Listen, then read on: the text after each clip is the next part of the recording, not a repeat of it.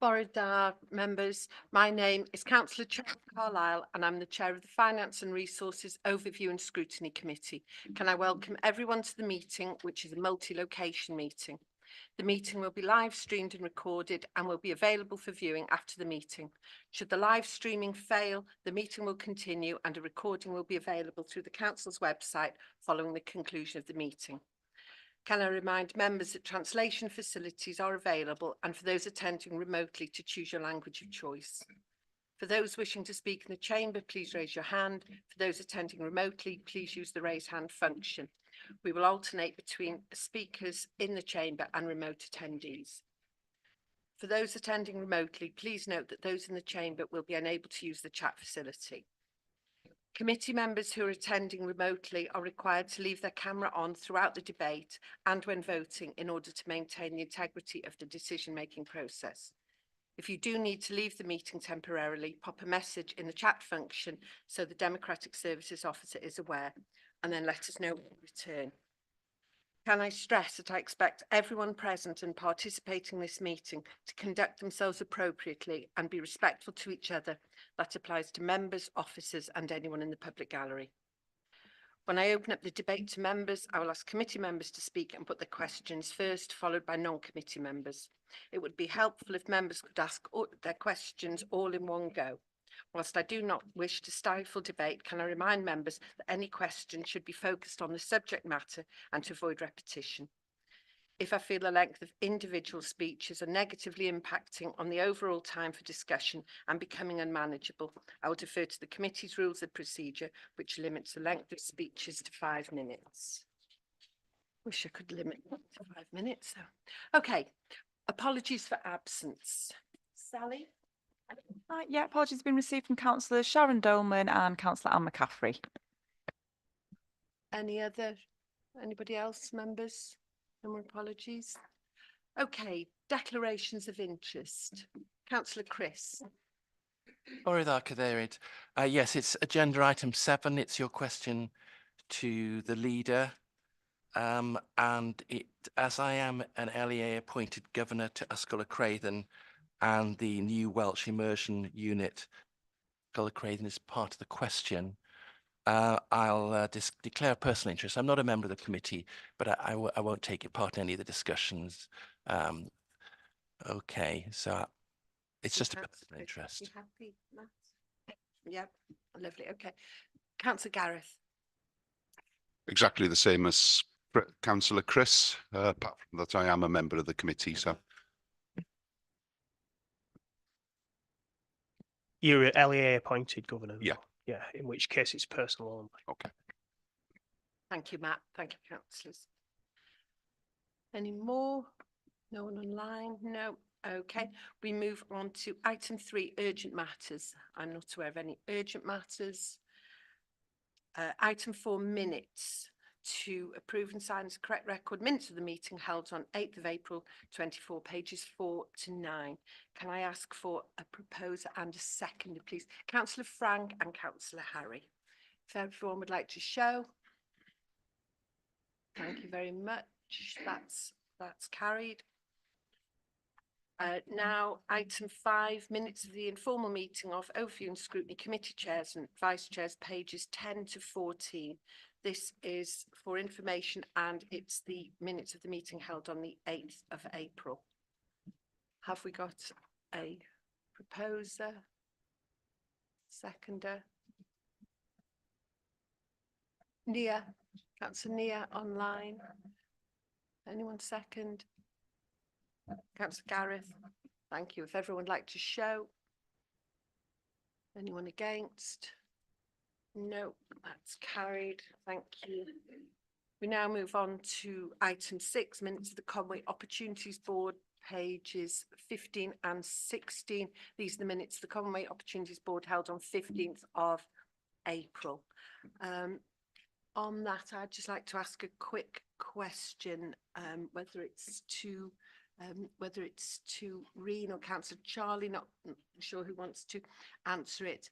I see that you've removed the overview of allocated grant funding items to the board. That's been removed from the Conway Ops Board. Can you tell me where this is going to be reported and scrutinised in future?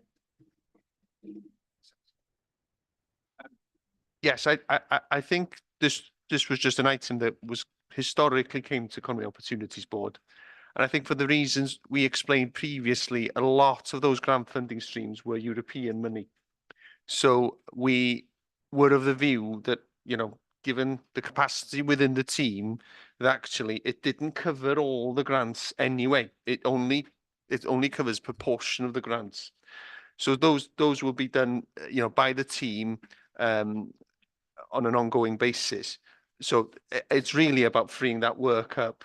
A lot of them are closing down anyway, or have closed down. So if you look at some of those streams of work, the majority of them, I think, were European. So you're talking about we have to keep a check on them for 6 years. Well, that keeps on going through the team. I don't think there needs to be any specific overview of that because those projects have concluded.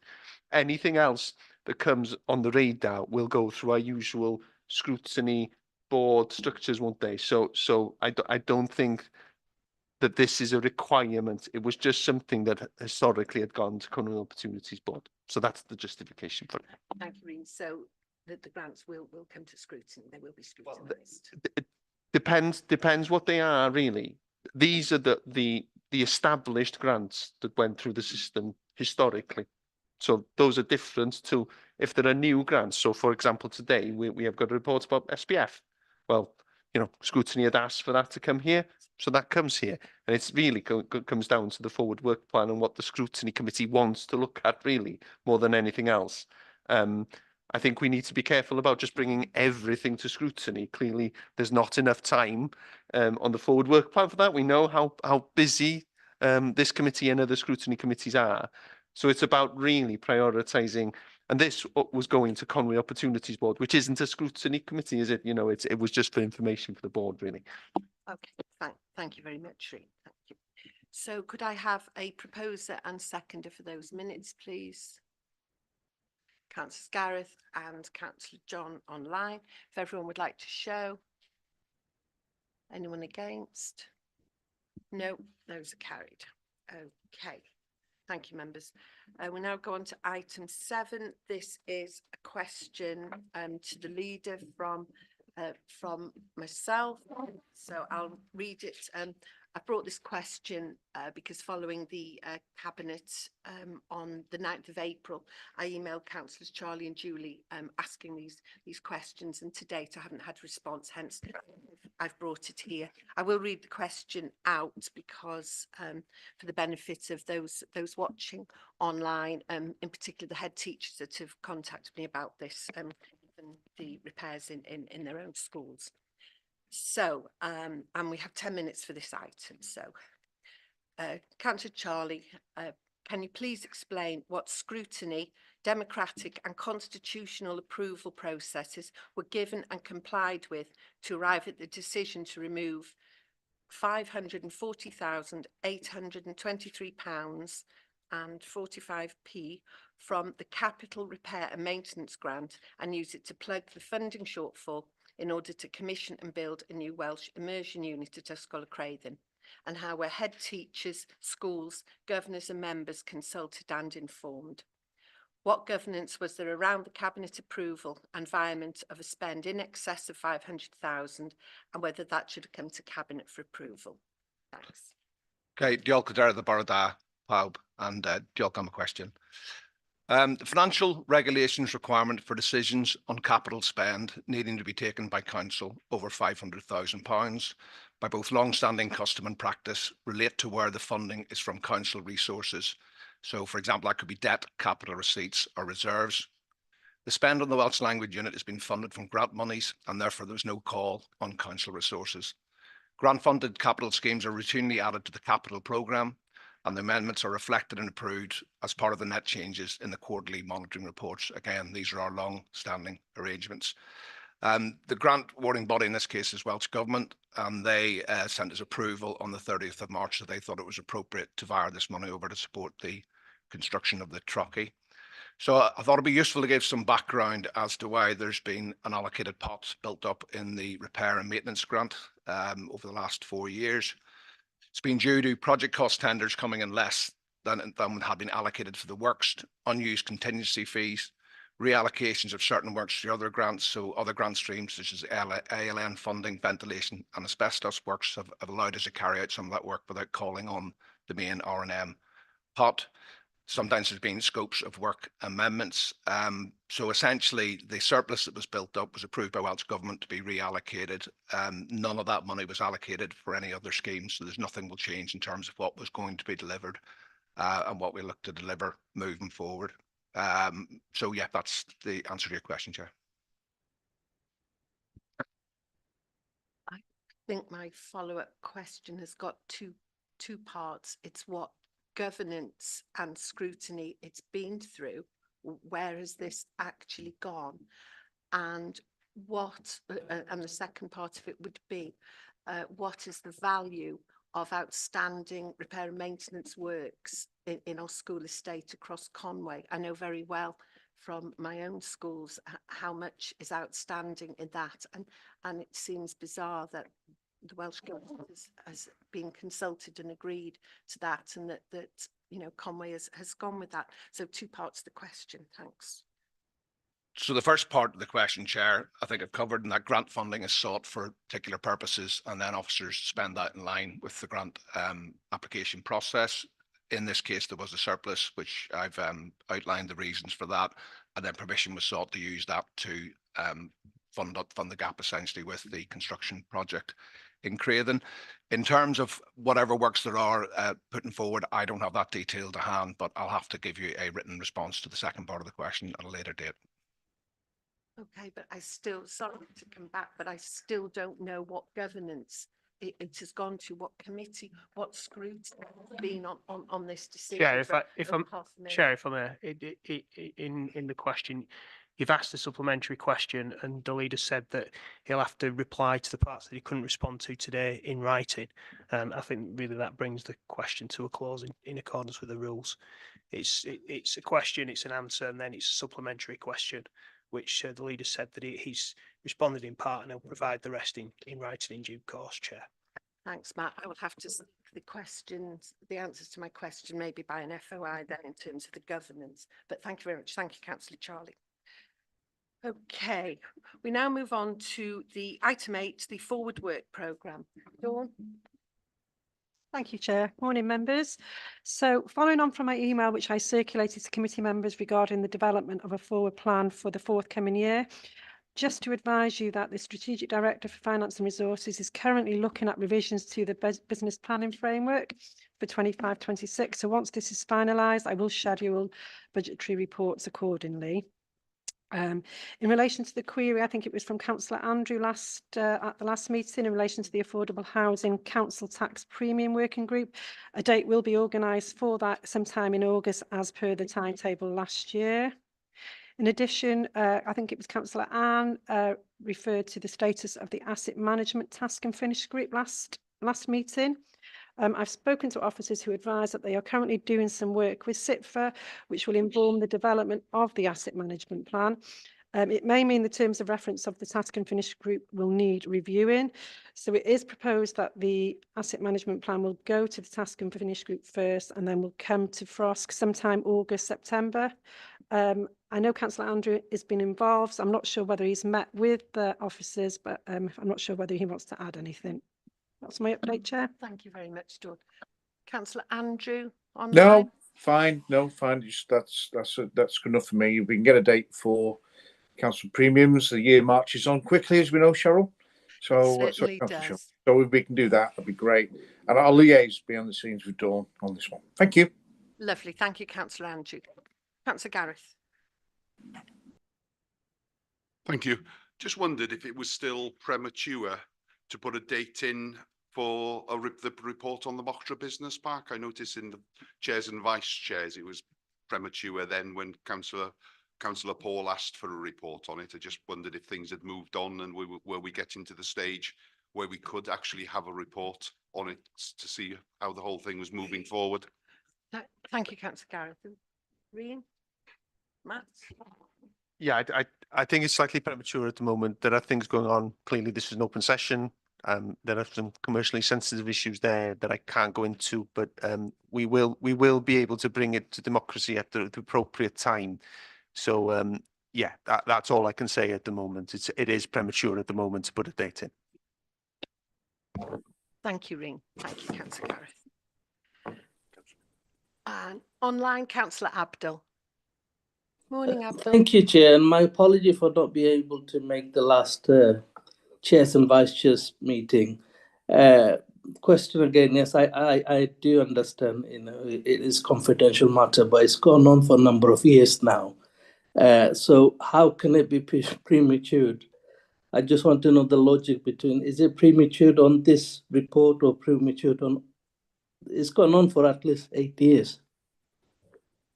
Thank you, So Councillor define Abdul. the premature for me. Thank you. Ring?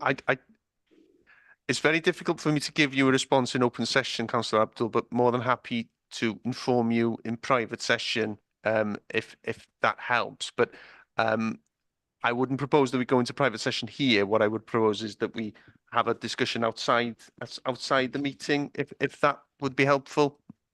Yeah, well, a report for everybody really be helpful. I don't just want, if Well, if it's, I understand the confidential about it, but as soon as possible, if we can have the, because the question has been asked by many people, and I mean many publics. Right.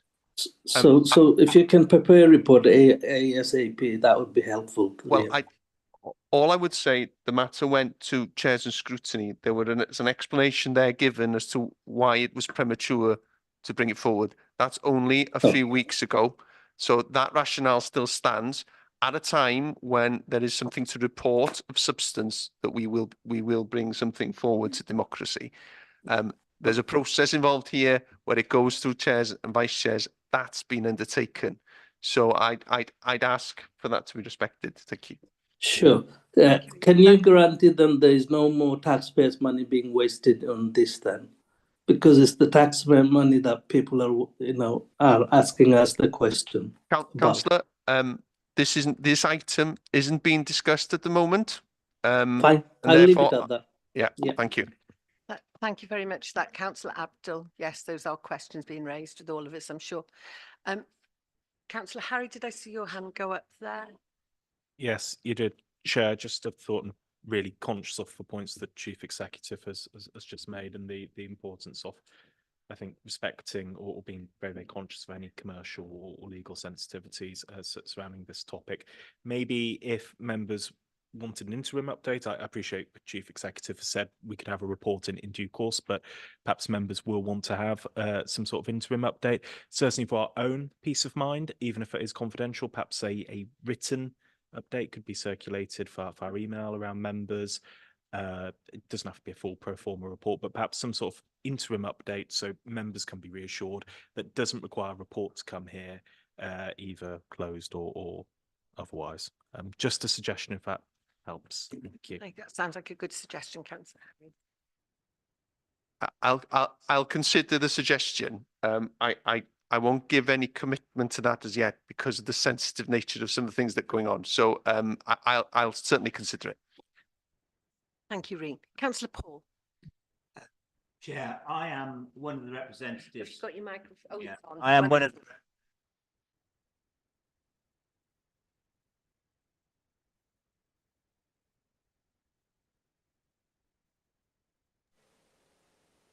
I can't hear anything.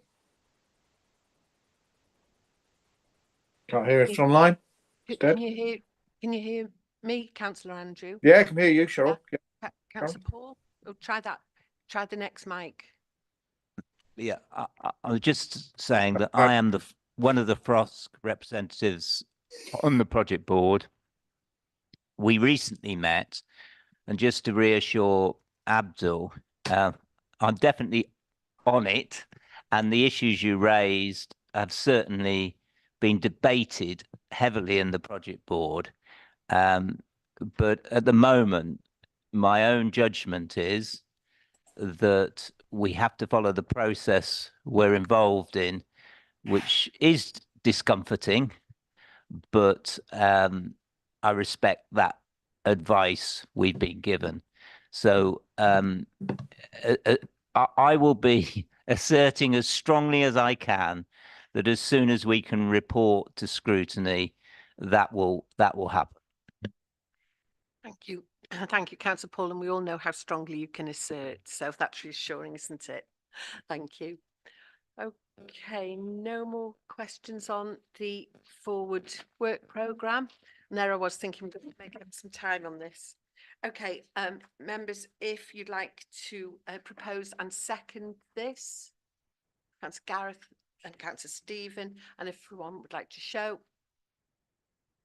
Thank you very much. Anyone against? No, that's carried. Thank you very much. Thank you, Dawn, for that, for all your work on this.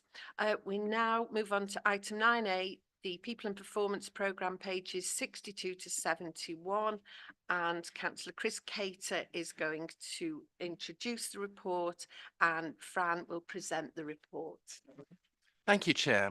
Yes, this People and Performance Programme started in April 2023 with the actual merging of modernisation projects and tasks relating to HR and health and safety processes. So we feel it served its purpose. As you know, every programme has a start and finish, Chair. But as you will see in my report comment, 3 projects will remain live. The first is the CAMS Hazard project. The second is the timesheet project, which aims to redefine processes across the authority. And thirdly, it's the recruitment project, which we're calling Mark 2, which aims to further improve our inclusivity, retention, and career progression goals. As you said, Fran, our head of People and Performance, is here. I don't know, is Adam here today as well? No, it's Fran's that's here to go through the review of the programme, which is based on the objectives which were set out right at the start. And I would like to thank the team, including Adam, for bringing us to where we are now. I hand over to Fran. Thanks. Thank you, Councillor Chris. Morning, Fran. Bore da pawb, diolch, Councillor Chris. I won't take long. I just wanted to take the opportunity to highlight some of the good practice that we've achieved through the programme. And as Councillor Chris said, any programme, any project, as well as being starting, it's important that they finish. As you'll all be aware, through service performance reviews, capacity of all our colleagues and elected members is severely stretched at the moment. So we're taking the opportunity to really look at, do we still need these projects and programmes? And this is one that we've reflected it would be timely to end. That said, as Councillor Chris said, there are some aspects which will continue, and we've found them a new home so that they can still have that oversight in order to implement the outstanding objectives. Taking you to page 68 of the report, the original business case was very much about making sure that we remain an employer of choice, but more importantly, that we streamline and simplify our processes to make it easier for people to apply for jobs and to really look at our vacancy control process and to modernise a lot of our HR processes, which were fine when we were all in the office, but a word-based process doesn't really work in our digital age. From a health and safety point of view, it was also looking at risk assessments, making sure that they're appropriately documented, removing duplication and making sure that they were stored in a central database. Making sure that our line managers, in terms of the Conway conversation, our line managers have the right tools to hold meaningful one-to-ones with their staff. And we're delighted that through the project and through the work of colleagues, not just within People and Performance, but in the wider service areas, we significantly updated our processes. If you've looked on the website, we've got a much more inviting and friendlier style in terms of our recruitment processes, showing potential applicants our onboarding process, and the fantastic rewards that you can gain working for Conwy. But we're not finished there. We want to do a much smaller phase 2 for recruitment, basically looking more at inclusivity, looking at our language, and making sure that that's accessible to everybody, no matter their background. There's still some work to do in terms of CAMS hazard manager, but that's manageable as business as usual within the health and safety team. And we will continue with the project board for the timesheet project. There's still quite a lot of work to do there, but I'm delighted that through a proposal that's coming soon to Cabinet in terms of the iTrent contract, we'll be able to make quite significant savings by moving the timesheet project from the current software Crown into iTrent and to digitize all our timesheet processes. And then finally, we had a project looking at asset management software that is now live and being utilized within estates and within ERF. Our Conwy conversation was there as a task that's now well embedded across the authority, and we're about to review how it's gone for services, and we've got some exciting improvements that we're going to be rolling out in the summer in terms of the Conwy conversation, and making sure that we embed our approach to regular check-ins and coaching conversations. So that's just a whistle-stop tour of the progress that we've made, and over to you for questions about closing the programme down. Thank you. Deal, Fran. Questions, members? Councillor Paul. Chris, can I ask, on the recruitment project 2, can we have a report, say in 12 months' time, with the hard data on the outcomes of that work? Is that not due to come anyway? Just refer to Fran. The project phase 2 is more about inclusivity. So it's about making the language of our recruitment easy read. So it's not exactly hard data that we'll be able to provide. If we do succeed, however, that information will come, as it always does, through our employment monitoring report, which shows the diversity of the organisation and shows the turnover. So that's already something that's a regular report within democracy. So the outcome will be within the employment monitoring report, you're saying? We will be able to say that this recruitment project 2 has had a definite impact on the effectiveness of outcomes in terms of recruitment. Because if we what's the point of having a project if we can't measure it's made a difference? It may make us feel better, have more inclusive language and all that, but at the end of the day, the key thing is has it delivered what we want, which is, for example, greater inclusivity. Yeah. Your mic's not working again. Okay. Thank you. Did everyone online catch that? No. Yeah, just. Oh, a bit, just. yeah. There I we think go. somebody's trying to keep him quiet, actually, aren't they? It keeps going off. I think you're going to have to use the next. You're going to have to use the next one. There's something wrong with that. It's either a gremlin or you know, the powers that be are silencing you, Councillor Paul. So if you use the next one, who's going to answer that? Fran or Chris? I will, if I may. That's right. Yeah. I love data. I'd love to be able to pin this down to a concrete, by doing X, we will categorically achieve Y, Councillor Paul. But this is a much more intangible progress, I guess. Through Inclusive Conwy, which has been through the political process, which members have approved, we've put a number of objectives in there about how we want to make sure that we are an authority where everyone feels they can belong and where we become an employer of choice. We've identified through undertaking workshops with community groups that one of the areas we need to improve is the language that we use within our recruitment process. We've tended to work on the assumption that English is everybody's first language, for example, and our business speak is not necessarily accessible to those who have a learning disability. So phase 2 is very much about looking at that inclusivity.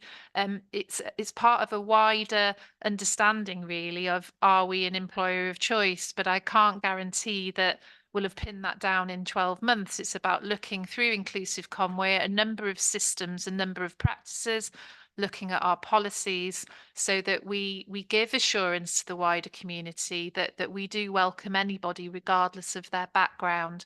And we monitor that through the employment monitoring report that provides members with a whole host of statistics about our workforce profile. So I guess that will be something that the EDI steering group will be looking at, which is why the project will report to the EDI steering group so that we can flex and look at how we need to change our systems and processes to be welcoming to everybody. You happy, Councillor Paul? Great. Thank you, Fran. Any more questions? No. Oh, yeah, Councillor. If I can just quickly sing the praises of the employment monitoring report again. A huge amount of work goes into it, and we know it's a substantial document and it contains so much information. So look out for that, Paul. Okay. Thank you, Councillor. Look out for everything, Chris, as you know. Oh, yes, indeed. Oh, thank you both. So we've got no more questions. So in that case, the recommendations on page 63, 2.1 and then 2.2 for Cabinet. If I could have a proposer and a seconder, please. Councillor Stevens proposing, Councillor Gareth seconding. If everyone could show in favour, please. Thank you. Anyone against? Any abstentions? No, that's carried. Thank you, members. Thank you, Frau. Diolch. We now move on to the next report, item B, communications strategy. Councillor Charlie's going to introduce this because Councillor Aaron is off.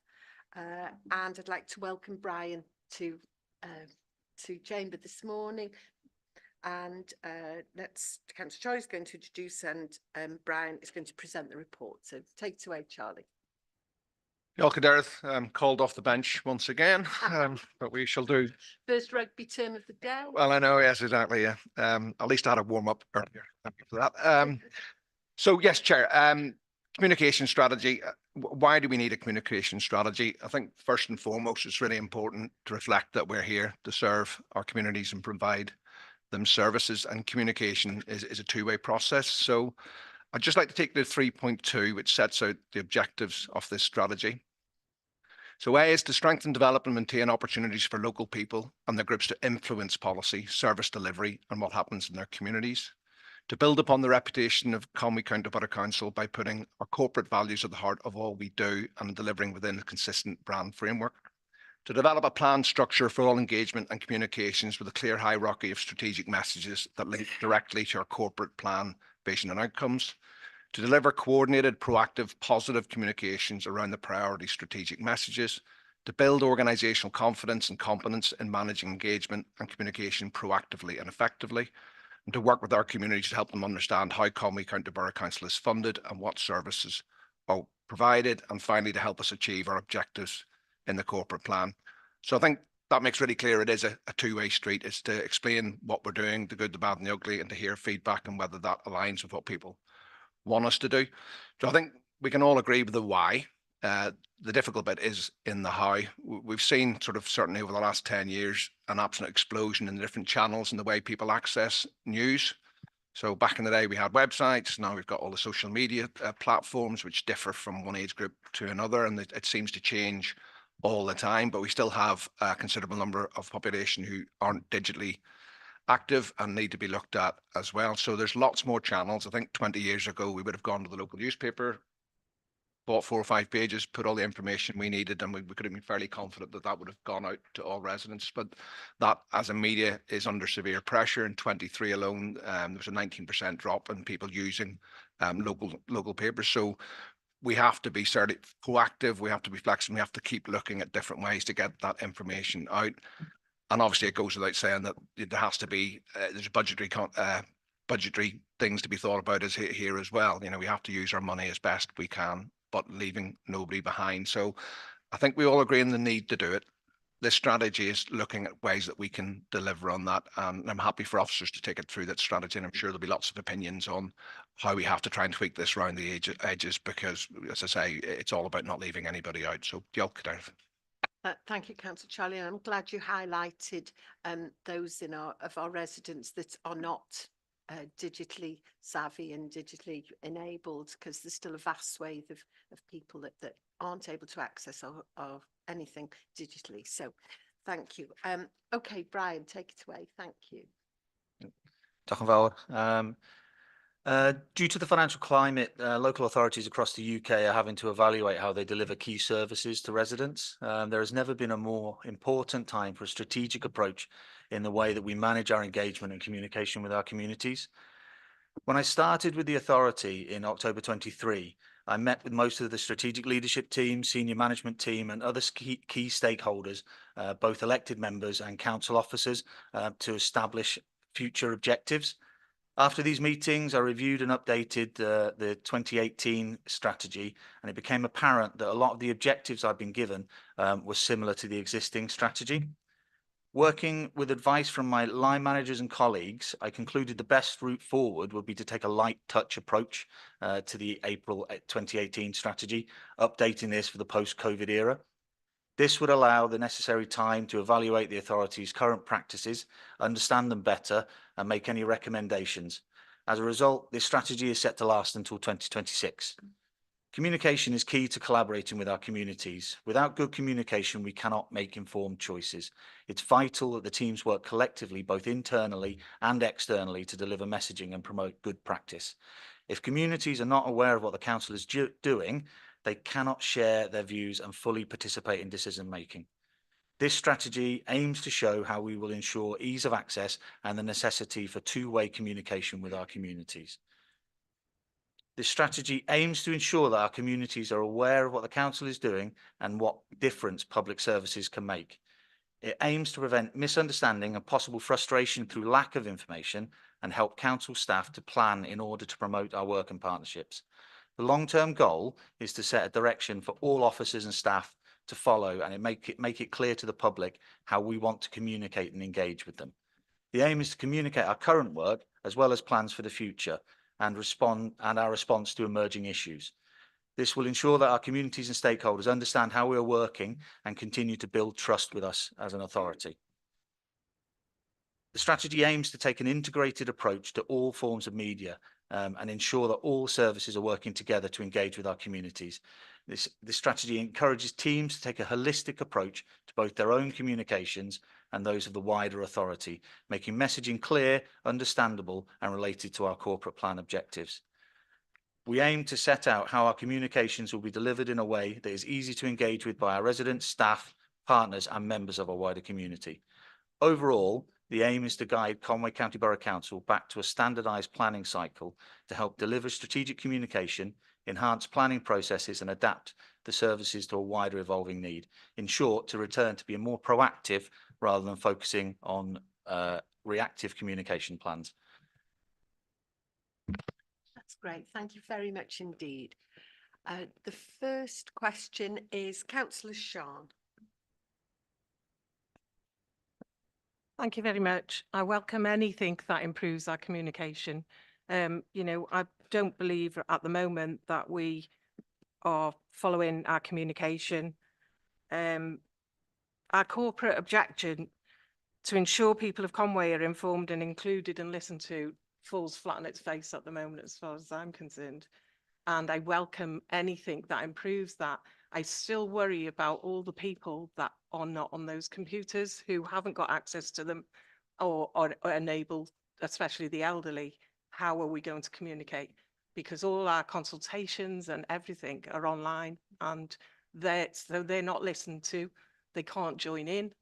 And how can we know what they're thinking without their help? Thanks. Thank you. Very good point, that, Councillor Sean. Right. Thank you very much, Councillor. Not digitally excluded individuals, as you've described there, are incredibly important, and one of the things we're focusing on within our strategy and our forward working plan. We are working, looking to work with community councils to send out notifications to them via email with different posters, different levels of information, and ask them to integrate with their residents as well, those who can't access information digitally. So we are looking to work with our community councils, town and community councils, to help us spread the message much further. We'd also like to, we would welcome any involvement from councillors as well with regards to getting information out around and speaking to their constituents. But we are constrained by budgetary pressures to going back to the ways of old, as Charlie mentioned and in his introduction.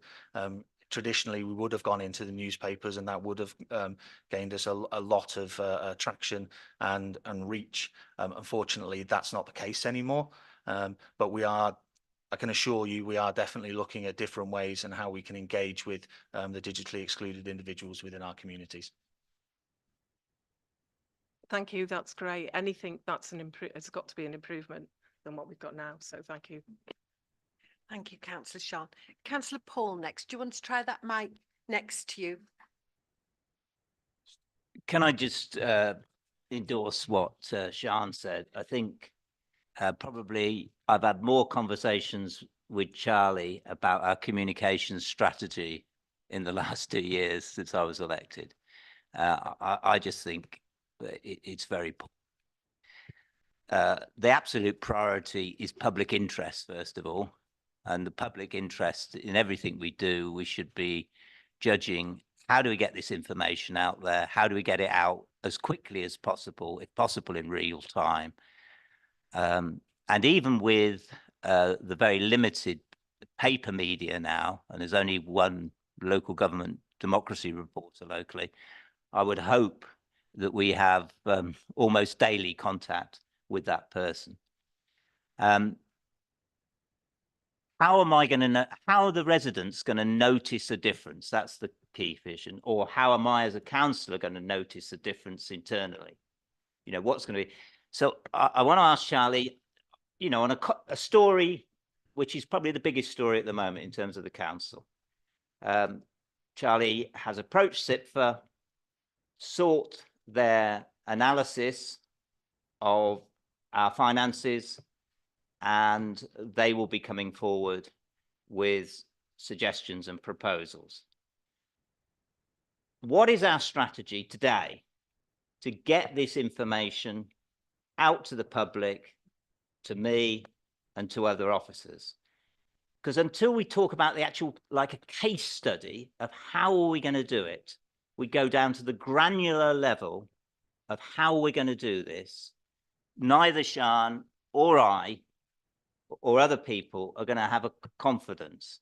So can you just deal with a case study? If that one's not possible, another case study telling me exactly how our communication strategy from today is changing.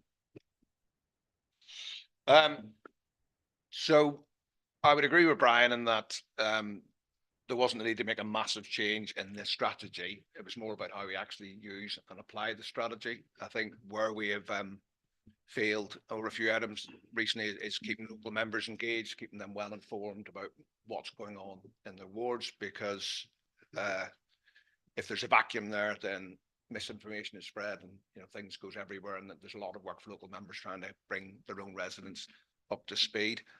In terms of what goes out in the press, in terms of work that we're doing, clearly that has to be done at the right time, as in when you've actually looked at it, gone through the democratic process, and you've got something that you can share in the public domain, Paul. So I'm struggling a little bit to use a sort of current example that we could use, because it has to go through due process, as is absolutely right.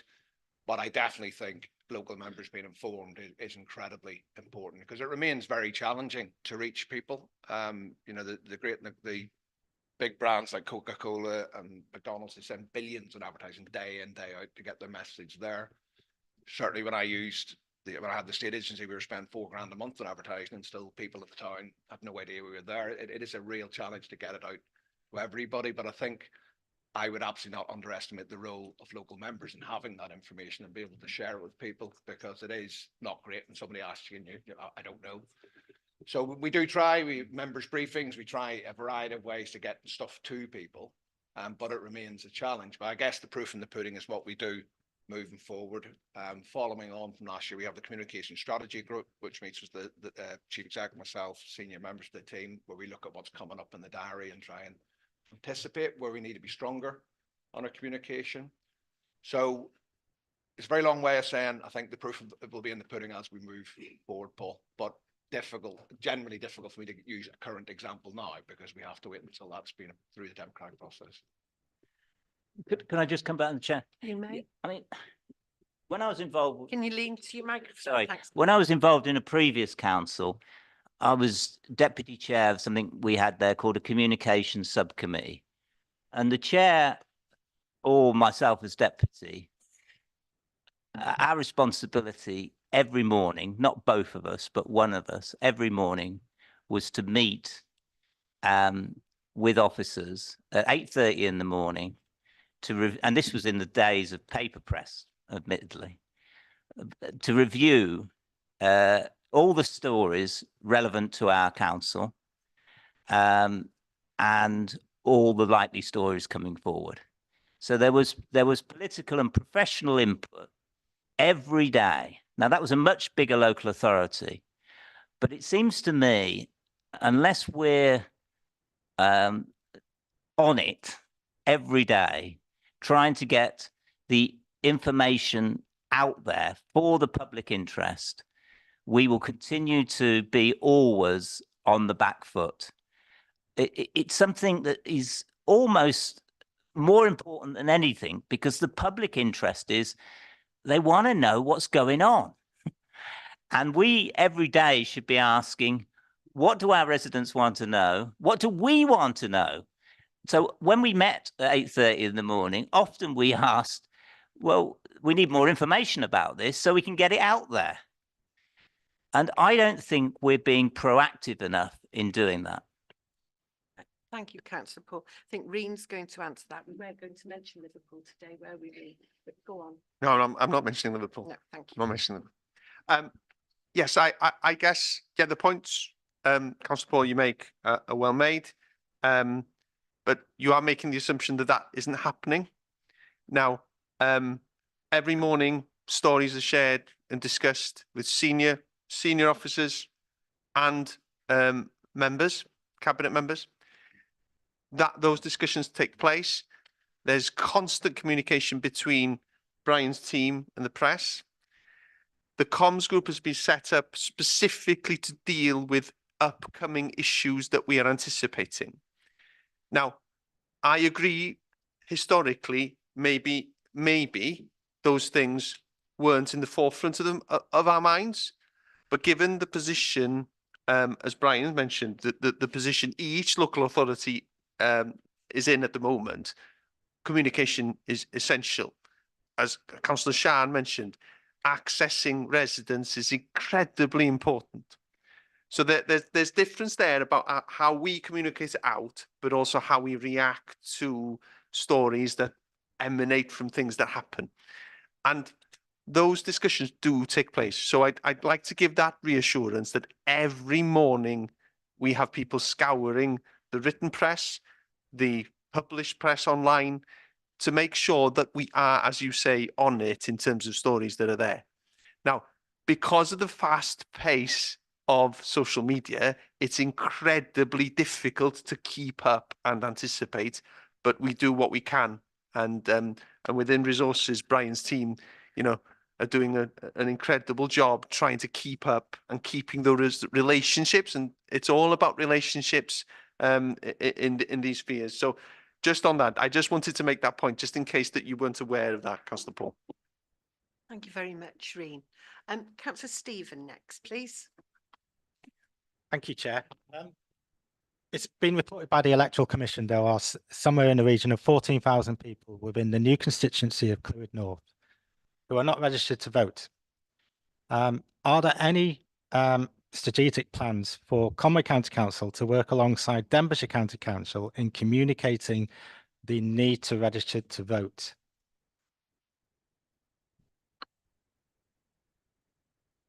I should probably answer that one. Yes, as you know, the change of the boundaries mean actually it works both sides. So there's changes to the Aberconwy ward, but also to the Clwyd ward. So I guess that's always happened to a degree, that joint working across different boundaries, because it has to happen. Constituencies don't map out electoral wards, do they? So we have to work. There's various campaigns that will be going on nationally, regionally, and within local authorities to get people to register to vote. That will ramp up more now with the potential of a general election. There was a push before the PCC elections as well. The general message out there.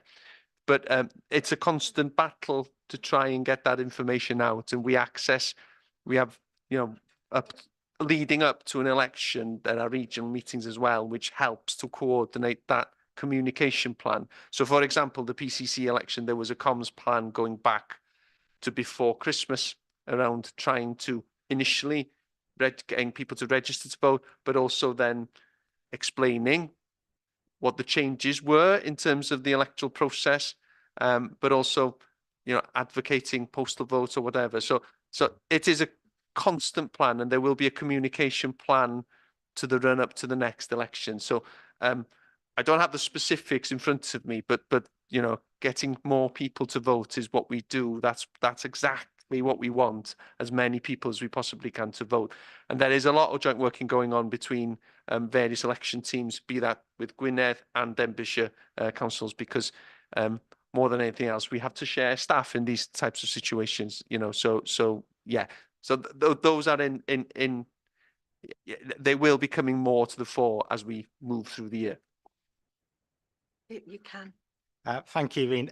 Following that campaign in the run-up to the PCC election, are there any figures available into what the uptake was in relation to that campaign in people registering to vote? And also, I'd like to congratulate Andy Dundobbin being re-elected as Police and Crime Commissioner.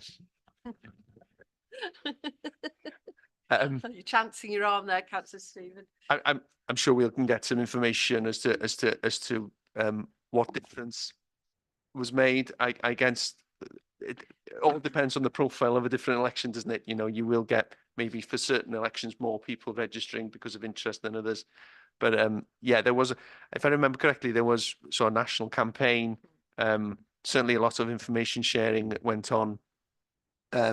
Yeah, but we can try and get that information, Councillor Stephen. Thanks, Shane. And I'd just like to congratulate our election staff for all the hard work they did. I gather that they were the first ones to actually declare in Conwy. So as ever, huge thanks to our staff for that. And Councillor Stephen, I'm going to start every meeting by saying vote Conservative from now on. So there we go. Right, next question, Councillor Frank. Thank you, Chair. It's not a question, it's about an experience of being a member of this council and how it's developed over the 12 years that I've been here. I welcome your report and I do welcome your attention to the Conwy website, where you talk about online communication, phone communication, visiting and right. And what really excites me is the BSL and how we've came on with the BSL And this is so common with deaf people. It's unbelievable how many people are deaf in this country or going deaf. I think I'm one of them. But the BSL is getting so common, and it's lovely to see people talking in BSL. And I congratulate you for highlighting this, because it was never there in 2012, but it is now. Thank you. Thank you, Chair. Thank you, Councillor Frank. That really important point, and your continuing work highlighting disability issues. So thank you for that. We now go, we've got councillors Harry, Abdul, Chris and David. So Councillor Harry next. Thanks, Chair. Just a couple points, but first of all, I'd say I think overall the report's really positive, or I'd say the report, maybe the draft strategy is rather positive, because I do have one comment on the report. First of all, I'm looking at the recommendations 2.1 and 2.2.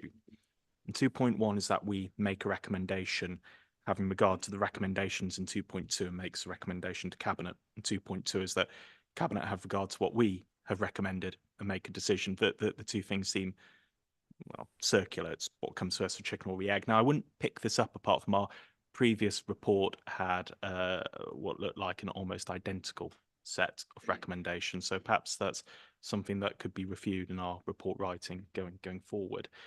The point I wanted to pick up just around the draft strategy, really positive on the whole. There is obviously in it reference to elected members and the role that we play. I think it's really important looking to the leader and cabinet, that obviously cabinet members in our constitution have a specified role to act as ambassadors for the authority. I would certainly work on the basis that if a cabinet member says something, unless it's made clear otherwise, it is representative of the authority's position. Now, personally, I think a lot of our cabinet, political differences aside, do a reasonable job, but I can think of a number of examples where cabinet members have made comments that are political in the public domain that are frankly unacceptable and reflect very poorly on this authority. So perhaps if some consideration could be given to those in the future. I know there's certainly one example I've picked up with the monitoring officer. I think he pointed out there was probably a political comment. That's fine, but when it's a political comment made on a social media channel that appears to be run by, or content appears to be crafted by two of the cabinet members in this authority, it does reflect poorly. So I think that's something that maybe could be reviewed and picked up. I won't go into details here. Of course, I don't want to create a bun fight, but happy to discuss later. Thank you. Thank you, Councillor Harry. Councillor Charlie. I'd be happy to have a chat with you about this outside the meeting, Harry, if that's useful, because I'm not really aware of the facts, if that's okay. Thank you for that, Councillor Charlie. Much appreciated. Matt. Just a general comment, Chair. If there are any specific issues that might be considered issues that need to be discussed with me as monitoring officer, then of course, discuss those with me outside the meeting. Yeah, thanks, Matt. We know your door's open to all members. We now go to Councillor Abdul online. Thank you, Chair. Yes, communication, very interesting subject. I've been, it'll be 20 years now since I've been in the council, and we have had technology moved on, and then we forgot about the elderly. Yes, and I agree, and it's a welcome draft statement by Brian. But how do you implement it? Yes, we can't just put the blame on the officers. They will do the job, but it is up to us as well to do our bit to communicate with our residents. We're very good at that when the election comes, aren't we?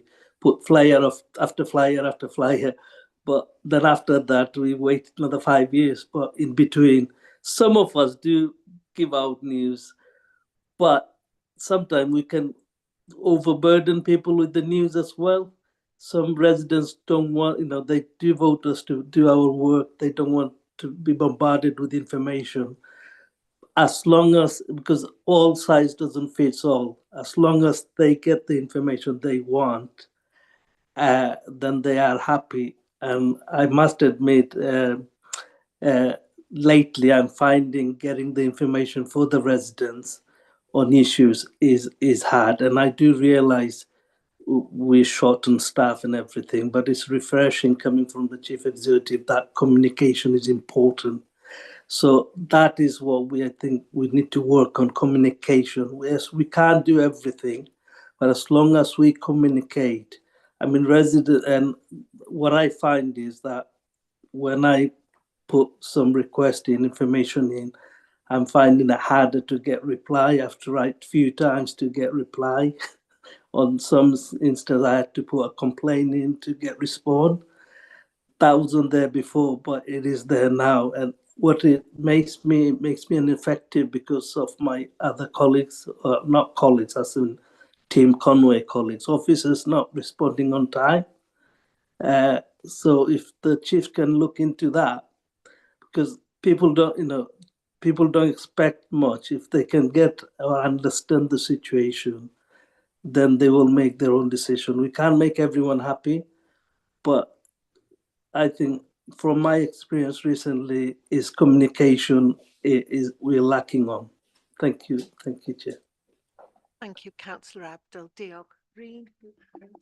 Yeah, I 100% agree, Councillor Abdul. It's vital that you have the information so that you're able to share with your residents. If there are any concerns, I think I did share last year contact details for heads of service so that you are able to escalate. So that if you are having trouble, please contact the heads of service, because while there are pressures, we all understand there are pressures on officers in terms of capacity. We are expecting officers to do more with less time. But please, I can reshare that list if that helps, so that you can, when you have an inquiry, that you're able to go then to your head of service, who can then hopefully expedite a response, because it's vital that you're able to share that, Councillor Abdul, and I 100% agree.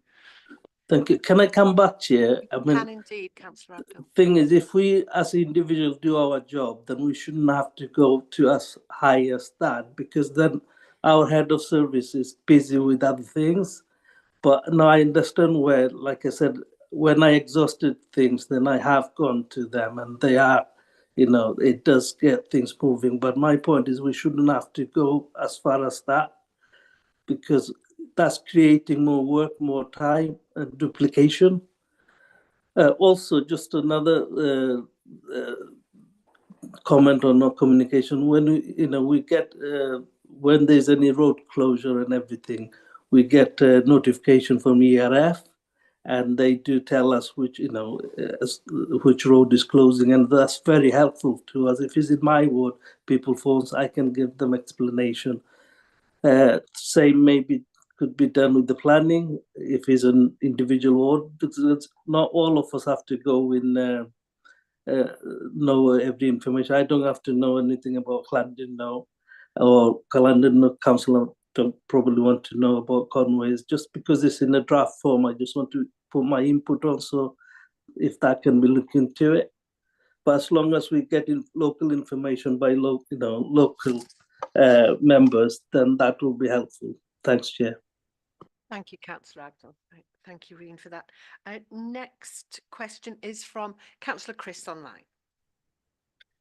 Thanks, Chair.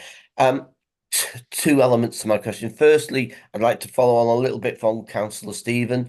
In terms of, I had 3 residents within my ward who contacted me on election day to say that they didn't realise that you had to have ID, and unfortunately, no matter how much I tried to help them, they hadn't got a passport, they hadn't got a driving licence, they hadn't got a bus pass. They literally hadn't got anything that would count as ID for the purpose of attending the polling station.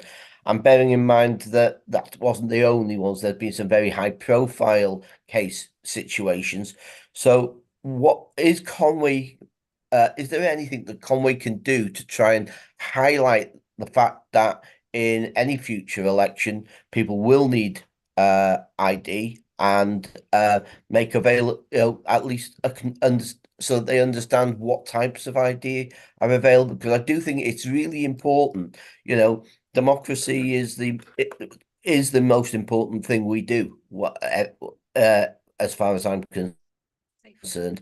And it is so important that we don't disenfranchise people by introducing policies which which some of them find it difficult to, and if you're living on low incomes, you're likely not to have be able to travel abroad and so have a passport, and you're also more likely to rely on public transport as opposed to being able to drive a car and therefore having a license. And I believe my ward is the most deprived ward in the whole of Conway. So I think it is disproportionately disadvantages people in those areas if we don't do something to support them and try to increase the amount of numbers of people who do have the right type of ID so that they're not disenfranchised from voting at elections. That's the first point. The second point was to build on what Councillor Abdul said. There have been situations, in fact, Councillor Abdul and I, where Councillor Abdul and I have had to actually escalate beyond the heads of service to chief executive and our previous chief executive to actually get responses. And so I do understand the point he's trying to make, and I don't think we should play it down. It is really, heads of services are busy and sometimes they can't always respond, but it shouldn't be a need to go to the heads of service. The officers there was a time when anything that was happening in a particular ward, the first thing the officers dealing with the issue would think of is, I need to let the local members know. Now it doesn't seem to be as high on their priority, and therefore we're chasing them when issues happen. And I think we need to go back a step to where we were 10, 20 years ago and actually make sure that officers are actually, particularly if it's an important issue, if it's something that's significant, that's going to hit the press or be prominent, where we should be advising people as a matter of course, rather than the members having to chase them up because they've read something in the weekly news or somebody's caught them about it. Because it can be a difficult conversation sometimes when you don't know what's going on. Thank you. Those two really good points, Councillor Chris. Yes, I concur with both of those. Reen, you want to come in? Yeah, I don't disagree, Councillor Chris, and as I mentioned in my response to Councillor Abdul, I am conscious that this is a communication strategy we're dealing with and not an elections document. But I think the point you made, it's a complex area around, especially around ID. There was a national campaign around that. And obviously there are exemptions available. If members bring it to the staff's attention, we will be able to assist anybody who has trouble with ID. And also there's a difference, of course, between elections which are Westminster based or PCC based compared to the Senate election or local elections. So it is very complicated in Wales at the moment, trying to explain the differences there. But yeah, there will be a real push before the next election on that one. On the matter of getting a response from officers, clearly there is an officer member protocol that we should be following at all times. We have actually, I've mentioned in quite a few meetings with managers around the importance of liaising with local members. You need to know if something's happening, be it good news or bad news. You need to know as local members. So we have reiterated that. I will give you an assurance that I will do so again, because I think it's incredibly important that we all adhere to that protocol. There will be occasions, I'm quite sure, that you will have to ask. What I want to put in place is a mechanism so you can make sure that you can get a response swiftly if at all possible. So that's why I was sharing the heads of service contact details, because I think that those are important for you. So if you don't get that initial response, that you're able to have somebody to go to. And I think that's incredibly important. So Yes, I think it's about working together, isn't it, on this one? And I can give you that assurance that I will be reiterating again that the officer member protocol, because that's the Bible in terms of making sure that you as members are fully aware what's going on in your wards.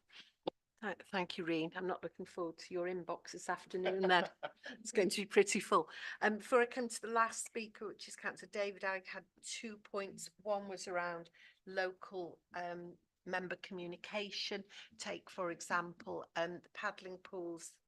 We know very well that the press got to hear about developments opening, shutting with paddling pools before local members last year, and I'm sure that sort of thing's not going to happen again. And secondly, the RLDP, I gather we don't have a budget for promoting that, for publicising that. It was a great bone of contention within Old Colwyn that there's a massive development plan there, and literally it was only online for residents, and we ended up having to get a public meeting, which caused problems with Welsh translation. So we're only English speaking when we had Welsh members there, and also delivering thousands of letters. It was really, really difficult, and something as important as the RLDP should have some sort of funding attached from the Welsh Government, I would say. So those were my points, but I'm sure you'll just take those on board. We'll now come to last speaker is Councillor David in the chamber. Thank you. Thank you, Chair. Is this mic working? Because it was flashing a bit. Can everybody hear me? Yes. Yeah, right. That's great. Yeah, fine. Yeah. First of all, just diverge slightly, as everyone else has done on the voting. That I recommend to people. I've got people in my ward that haven't got driving license. I haven't got a passport. My recommendation is to get a postal vote, and I think we can recommend that to people. I find that very useful. On the report itself, I can get to the right page. Because I seem to have lost it now. Right, I've got it back again. We're looking at page 87. Our approach. One of our great assets is our reputation. This is built on trust. I think I'm not getting that from my residents. What I'm getting from my residents is higher council taxes, cuts in services, and really, people are getting a bit fed up with year on year council tax increases when they see service delivery going down. And what Charlie was saying about Coca-Cola or big, we are a local council here to deliver services. We're not a corporate entity. And I'd like to ask Amanda how much this costs. This is money that could actually be spent on frontline services. Spending money on this bureaucratic whatever, the communication. I don't really agree with that. I think we should spend our money on frontline services. And so really, that's my question to Amanda, is how much does this cost? And that money would be better spent on keeping the streets clean, because we had real problems with that over the weekend in Colwyn Bay. When we had an event on the prom, and we've had overflowing bins. No special measures were put in, as we would expect council to do when we knew a lot of people were visiting Colwyn Bay. A lot of people were coming in, they were spending money, and what we got overflowing bins. It doesn't look good. And whatever kind of communication strategy you've got, that's not going to mitigate against that. Thanks, Councillor David. I think Councillor Charlie wanted to come back in on that in terms of the choices made rather than Amanda. Personally, I'll have to agree to disagree. I think communications with our residents is vitally important.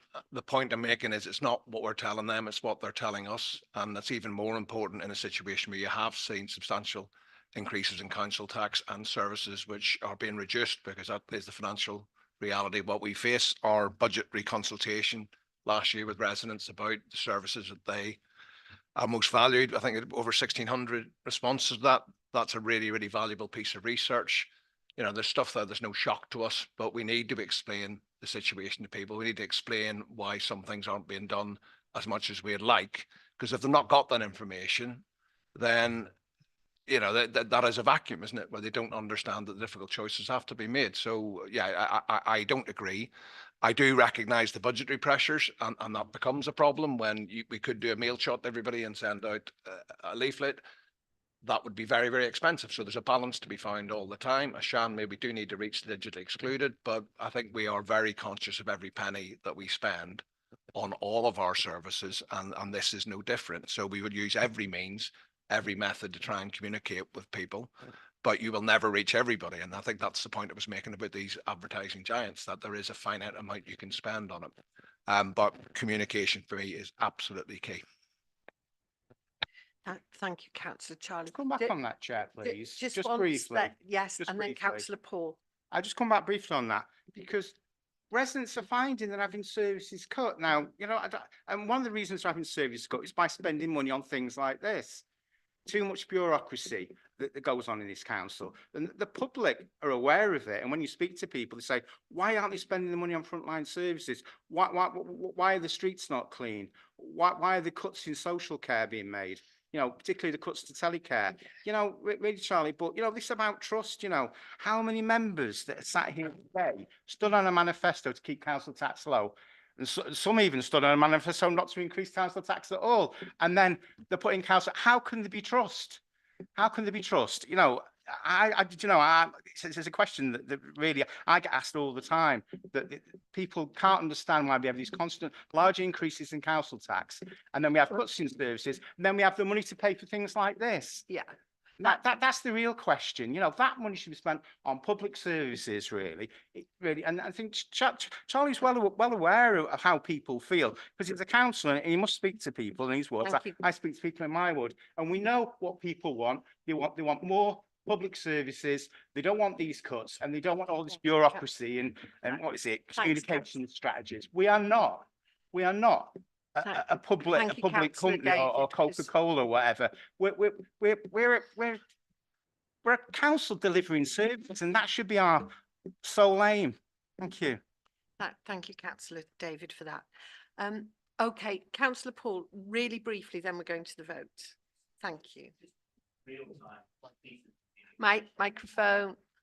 I'm going to get a card to hold up. Just a real-term time piece of communication from a constituent of mine this morning. Hi, Paul. Just watching broadcast.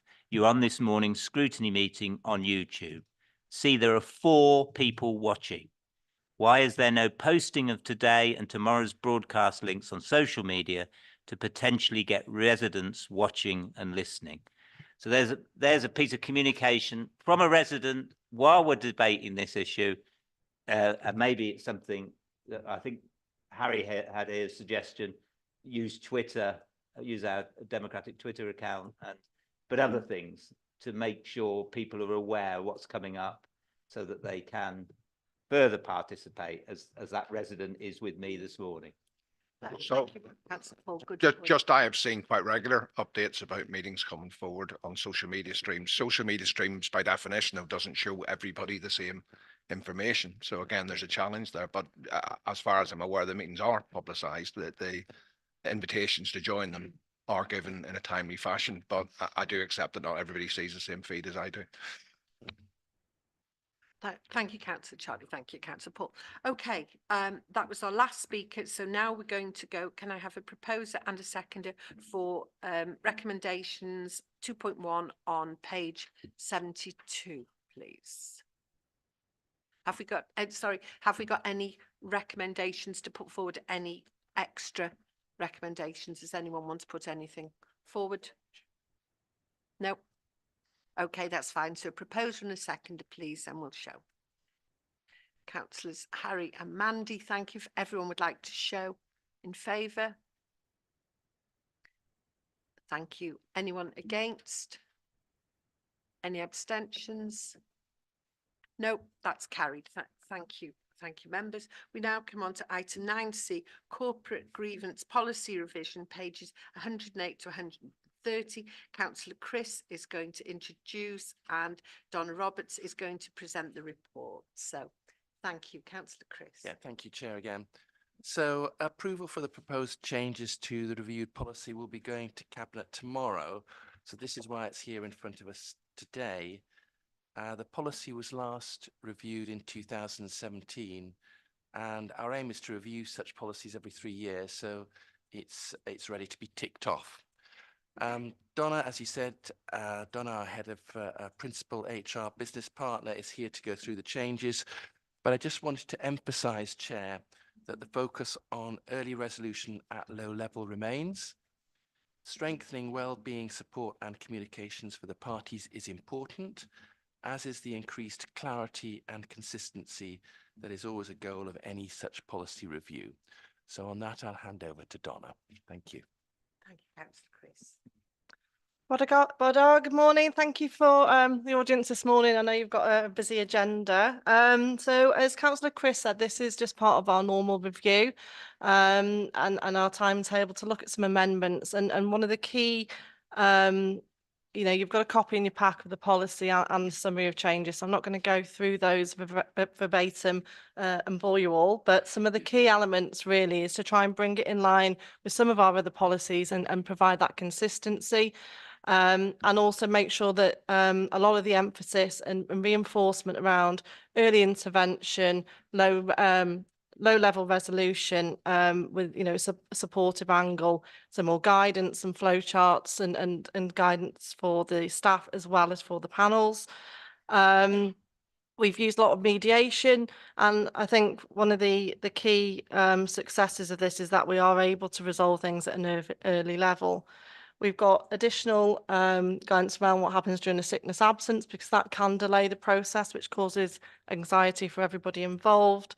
And we've not obviously made any changes to the timescales as well, based on some of our recommendation and feedback from trade union colleagues as well. So I'm sure if you've all had a chance to scan over, some of the key things I suspect you may have questions around will be around the stage 2 grievance appeal. We've looked to bring that in line with our disciplinary policy, which is one of our other very key policies, and create that consistency about how we handle those policy areas. So that sees a change to the membership of the panel for the appeal, which would look to include senior managers and remove elected member and the trade union representation. The way we've done this again is mainly around the consistency. We've also, as you may have noted, changed the procedure for the strategic directors to bring it in line with the one for the chief executive to use the senior employment committee. So the idea was to try and use the skills from the elected members to be able to focus on that senior management level, so that they've got that headroom, which was never in the policy before. So it's really a diversion of that skill set. What I'd like to think that we do manage to do things at early resolution. Just some key facts really, just to kind of bring the context together. So since 2018, so the last 6.5 years, we've actually only had 10 stage 2 appeals and grievances, which I think from a HR perspective, I'd like to think that's a positive. I don't know if it says a bit more about me, but I've actually been part of 7 of those, which when I've looked back through, I didn't raise them, just so you know. So I've either been part of the panel or presenting the case. So I have got quite a bit of experience working with the elected members and the trade unions, and it's been a great relationship. So there's it's not that it hasn't worked really well. The reality is it's less than 2 a year. We had a bit of a peak. I think the last one was probably October 22, which I think Sue and I were part of in the same room. So, that it just shows how infrequent those are. And therefore it puts on, all of the members of the panel, it's about that then having to refresh the training and the awareness of other policies as well, depending on what the grievance is about. So, I appreciate for both trade unions and for elected members, it's not their normal day job. They've got 100 other things to do as well. So it is quite a commitment from them, which we truly do appreciate. In terms of the trade unions, I think there may have been a question, or I preempt a question around their response. Obviously, we consult with our trade unions, and there was a good, healthy debate over their views about the membership and panel. Overall, some were less supportive. I've had discussions with others who have been part of those panels, who have understood, and I think they can see the appreciation of what we were trying to achieve. Again, the 7 of the panels I've been on, it's been the same 2 representations from the unions, because obviously if an employee is being represented, and that's the natural role of a trade union to be supported there, then obviously we have a representative on the panel from the, you know, another union, so they're not part of the same union. So that in itself means we rely quite heavily on a small pool of skilled representatives. And equally, I think the other thing I wanted to add was I think we've I think I've actually mentioned it earlier on about using the shift for the elected members really on the strategic view, isn't it? There's something I said. Yeah, that consistency. And obviously it is, yeah, it's part of the day job really for us senior managers. Luckily we don't have a large number of panels as well, whether it's disciplinary, but it is that consistency. So any questions? More than happy to take them. Thank you very much for that report. I've got 3 questions, starting with Councillor Harry, then Councillor Mandy, then Councillor Stephen. Yeah, thanks for the presentation. It was just to pick up, and you've perhaps largely covered it, but I was just hoping for a little bit more information. You've obviously talked about trade union representation on the stage 2 panel being removed, and that being a change. Obviously, the report mentions that trade unions weren't supportive of that. I think you've said there was a healthy debate, and I'm guessing there will have been different unions involved. Besides saying that there's a healthy debate, are you able to give us a bit more detail at what the main concerns from those trade unions are? I mean, I very much appreciate that obviously individuals appearing before a panel can have a trade union representative with them, but obviously those individual trade union partners will have had their thoughts on what they bring to that membership of the panel. So I'd be grateful if you could just share that with us. Yeah, of course. Thank you for the question. In terms of healthy debate, I think it's fair to say not everybody would necessarily agree. Some were supportive, some weren't. So, you know, as always is the case. They did provide some of the feedback which we've taken into account within the policy as well. And I think their aim as well as ours was always around making sure it didn't weaken anything, and we've made sure there's elements in there about being supportive, reinforce the need for good employee relations as well that we've added to the policy. And again, just I think from my experience, it's been the same 2 people that have been on those panels during those years, one of which was supportive and understood, because again it does take a lot of their time when they are actually predominantly there to support their members, and you know, so that's a reflection of it really. So like I say, it was a bit of a mixture. I can't say everybody was supportive, but equally others were. So Okay, but just if I could come back on that. Okay, appreciate that some feedback was supportive. You've said some of them weren't, but then did they elaborate why? You know, did they say if we're not there, X will happen or Y will happen? Was there that sort of discussion, or was it just we're not happy? no, I think yeah, from I don't know if I was actually at that meeting. I was good. Well, I'm happy to answer, but if there's anything extra. So I think it was around potentially whether the skill set of the managers and making sure they were trained, which we would obviously make sure people were trained to be on those panels. And then I think the other part of it was potentially, I thought, for us, an employee and how intimidating those panels are. But I think part of that debate, as somebody who, you know, I've not always worked in HR, would say any panel is going to be intimidating. It doesn't matter who is on that, you know, that stage 2 panel. It is quite a difficult experience to go through and air agreements full stop, I think, no matter what level it's at. So those are the 2 areas I think I was aware of. Yeah. Okay, just a final question. Sorry if No, I'm it's okay. taking number up here. So, okay, totally appreciate your point there about panel will be potentially, I don't want to say intimidating, but could be a little bit intimidating. Look, I imagine that'd be the case with or without trade union membership on that. Obviously, individual appearing in front of a panel can take a trade union representative with them. What I'm wondering, and forgive my ignorance here, roughly what proportion of our workforce are unionized? Because what I'm wondering is, will there be a significant chunk of the workforce, and I get that these things will come up even less than once in a blue moon, but a significant chunk of the workforce who may not be able to call on trade union representation through not being a member of one. I mean, of course, it's entirely up to them if they are or aren't, but I'm just thinking in terms of, obviously, trade unions have an important role to play. It'd be good to have as much engagement with them as possible. Yeah, no, 100%. I don't know if I've got the figures. I think I don't know if they've provided them to you, but just out of the 7, like I was saying, over since 2018, I would say there's only one that I could say didn't have a representative with them. We do also allow for them to have a colleague, you know, who's obviously not part of that grievance with them, but all of the others were represented by one of the trade unions.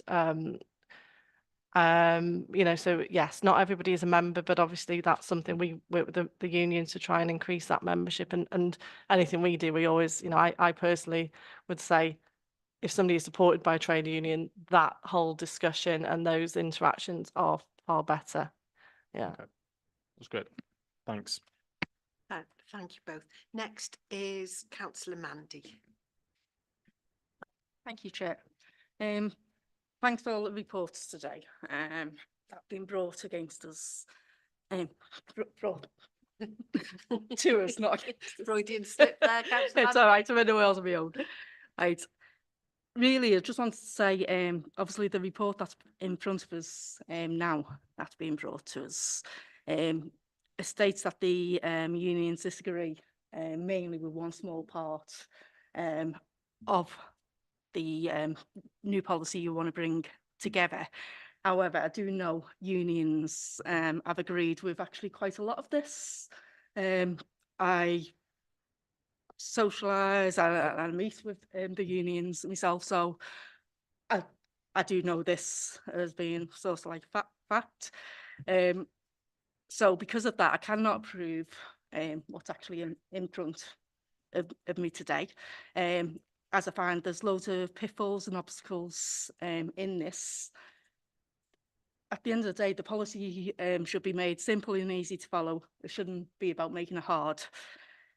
Trade unions and the colleagues are trained in these things, and if they're saying it's onerous, then I think we need to listen to what their concerns are properly. Go back, sit down with them, with the unions, and get this right from the beginning.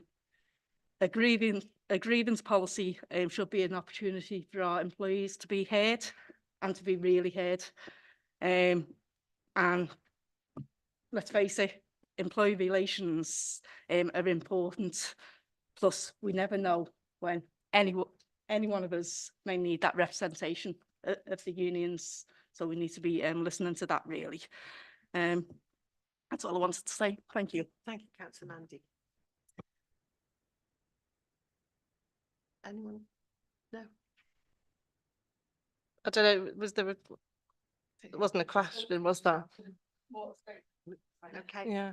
Okay. There's more sort of a statement that really you should go back to the table and get this right, because you've also said there's only been, what was it, 10 brought in the last 3 years. So 6.5 years. Sorry, 6.5 years, sorry. Yeah. So actually we're not even talking about massive amounts that are actually being brought against. So if it's not really broken. No. You know, well, it's been improved. You know, the rest of the policy is improved. And the unions didn't disagree with at the meeting. Well, they didn't disagree. The stuff they fed back on, we did amend. Well, I'd like to see the possibility of going back to the table, speaking with them again, and if it's brought back to us, for the union representatives to be here, so we know that they're actually, you know, in agreement with it, and not just what we've been told on here, because that's not what I'm being. Is that a recommendation then, Councillor Mandy? Yeah. Okay. Yeah. Thank you. Thank you for that. Councillor Stephen next. Thank you, Chair. 2 points. The one I'll be brief. First one I'll be brief is I would like to see a slight change in the wording on page 109, paragraph 3.22, where you've used the word consistently in relation to occupational health.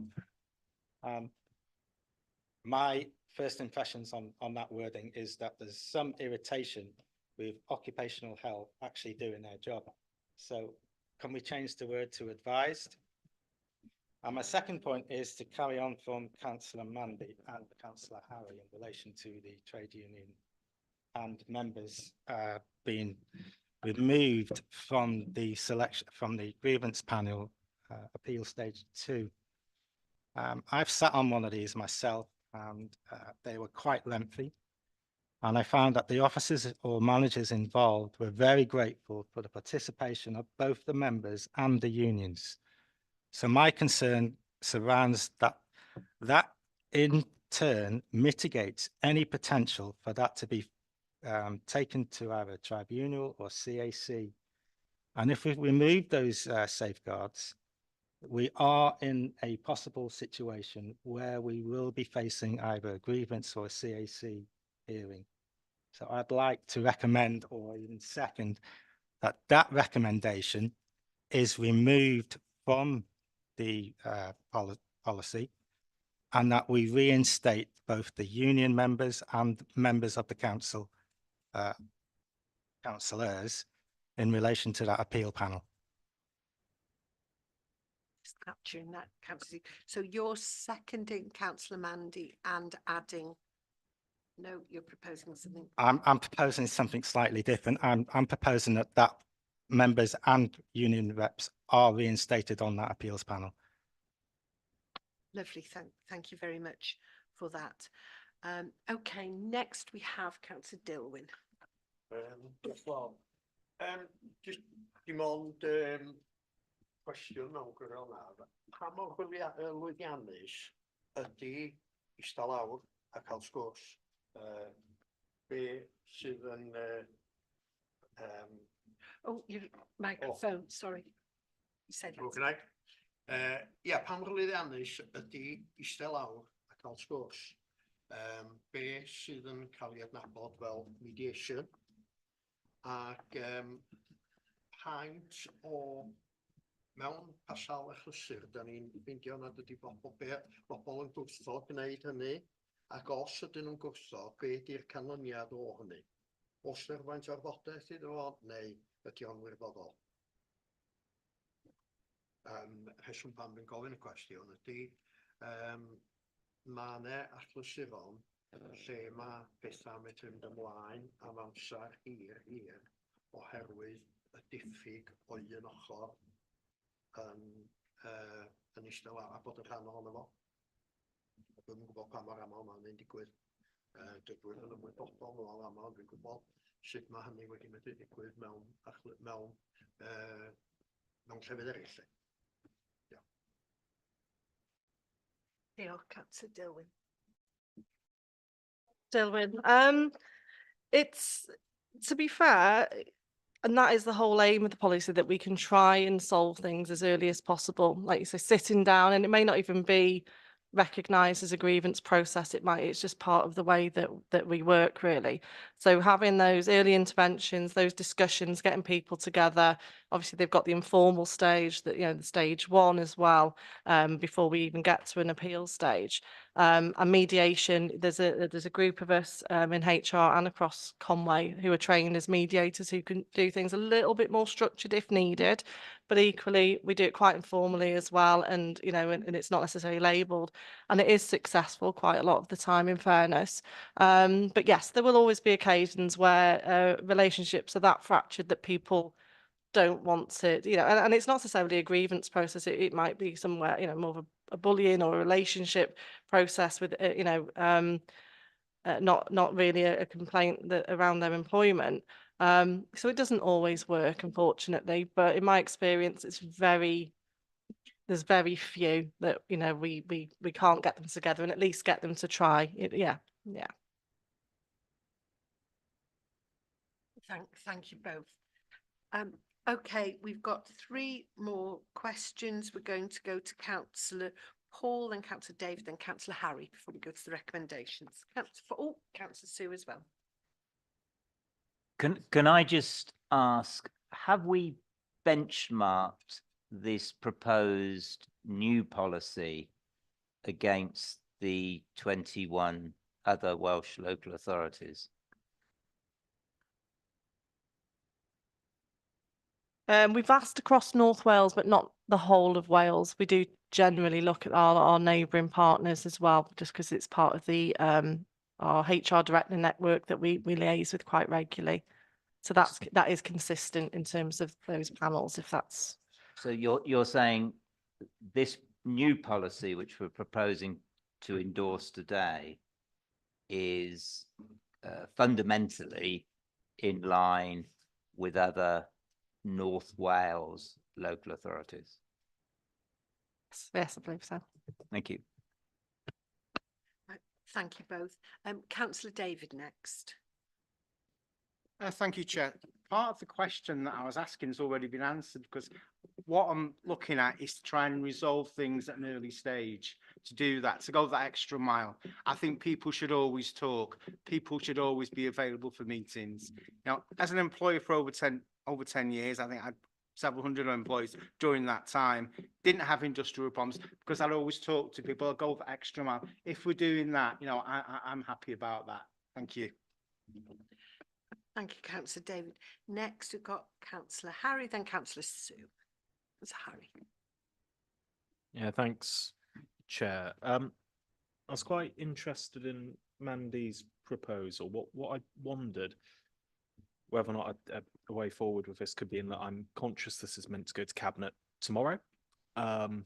This committee is due to meet in June. Would it be possible, and I appreciate Cabinet would have to agree to this, of course it's their decision to make tomorrow, would it be possible for this to be slipped by about a month? We could maybe defer this until our next meeting, and that might provide time for perhaps representative from one of the trade unions that are recognised by the authority to perhaps come to this committee. That there are provisions for third party individuals to attend scrutiny committees and provide their feedback. So we could listen to what they have to say, and then we could make a recommendation based on that.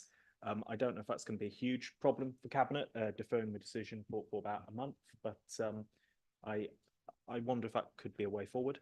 I don't know if that's compatible with what Mandy had proposed, but yeah, I mean, if that would be compatible with what Mandy had proposed, I'd be happy to consider seconding Mandy's proposal. Councillor Mandy.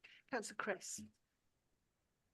Thank you for all the councillors that have spoken on this. Yeah, it is important, even though it's only used very infrequently. I would have to say, though, you know, I was a boss and I had employees and everything. There are certain contents that you have to have in a grievance policy. So that is often why it takes the character that it does.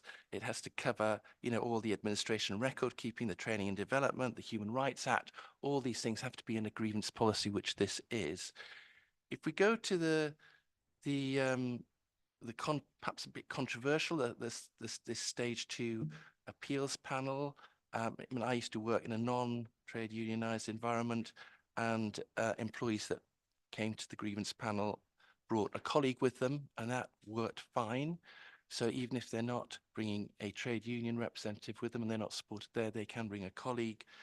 That's normal across things.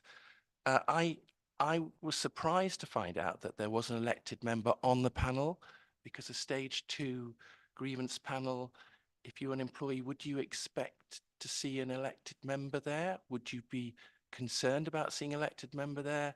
Would you be slightly nervous? Because, you know, us elected members, sometimes the employees of the council can look at us with a bit of trepidation, Chair.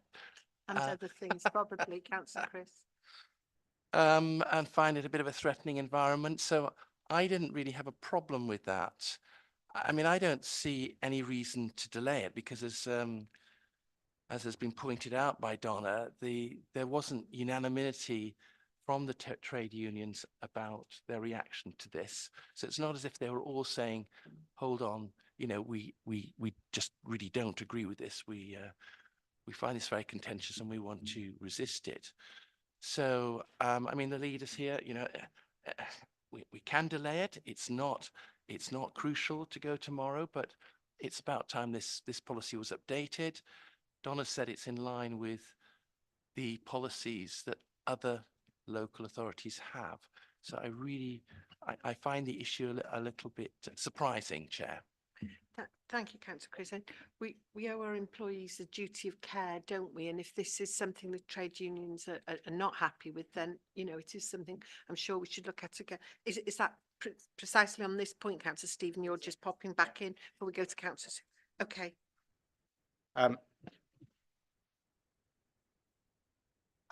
As a school governor, we occasionally we're asked to sit on other school governing bodies as an independent member on appeals panels. And I don't see any difference in relation to this grievance appeal stage 2.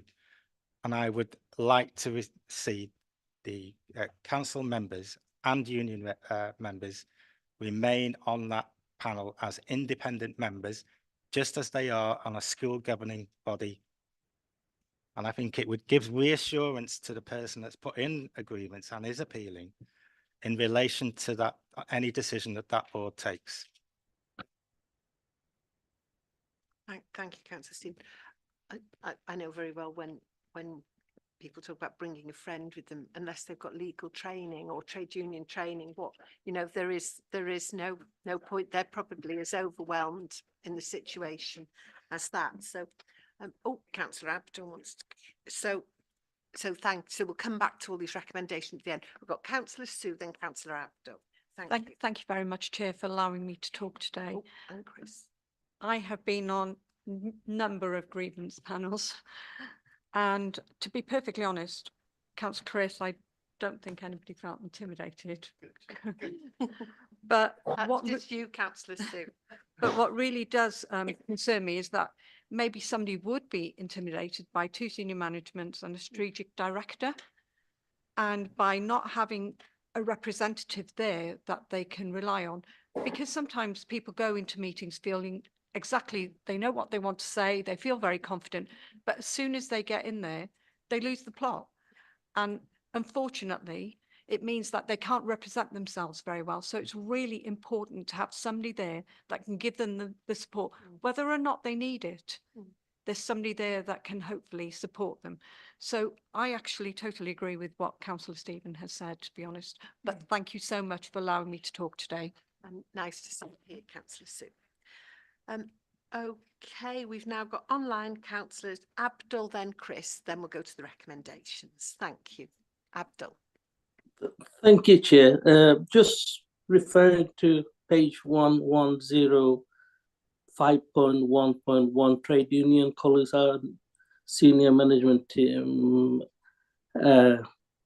minor amendments has updated based on feedback. It is noted that trade unions were not supporting of the removal of being on the stage 2 panel. However, we are recommending this change to be consistent with other policies and panels.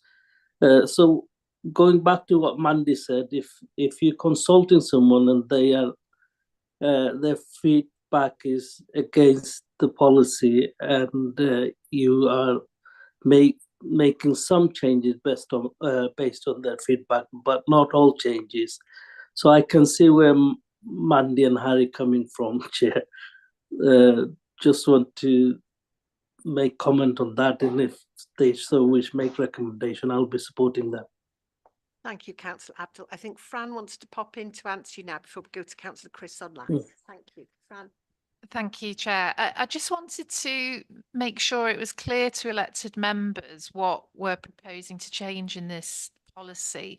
It's not to remove trade union representation from the stage 2 appeal. Absolutely, any member of staff can have a trade union representative with them, or if they're not part of a trade union, they can bring a work colleague with them. So trade unions, if it's their member within the panel, will absolutely be there with the member of staff. What we're proposing, in line with other local authorities, is that we bring this function, it's an operational matter, in line with our other line management responsibilities. We don't involve members or trade unions from a decision point of view in disciplinary matters or other HR policies. So it's bringing that in line. But absolutely, some of the changes within this policy are very much about increasing the support to members of staff, to really focusing on the well-being aspect of this process. Just coming forward and putting your hand up to say, actually, I've got an issue, is quite a brave thing to do. And as Donna has said, our aim is to support the individuals involved within that grievance and to try and sort the matter sensibly, amicably, and informally at an early stage.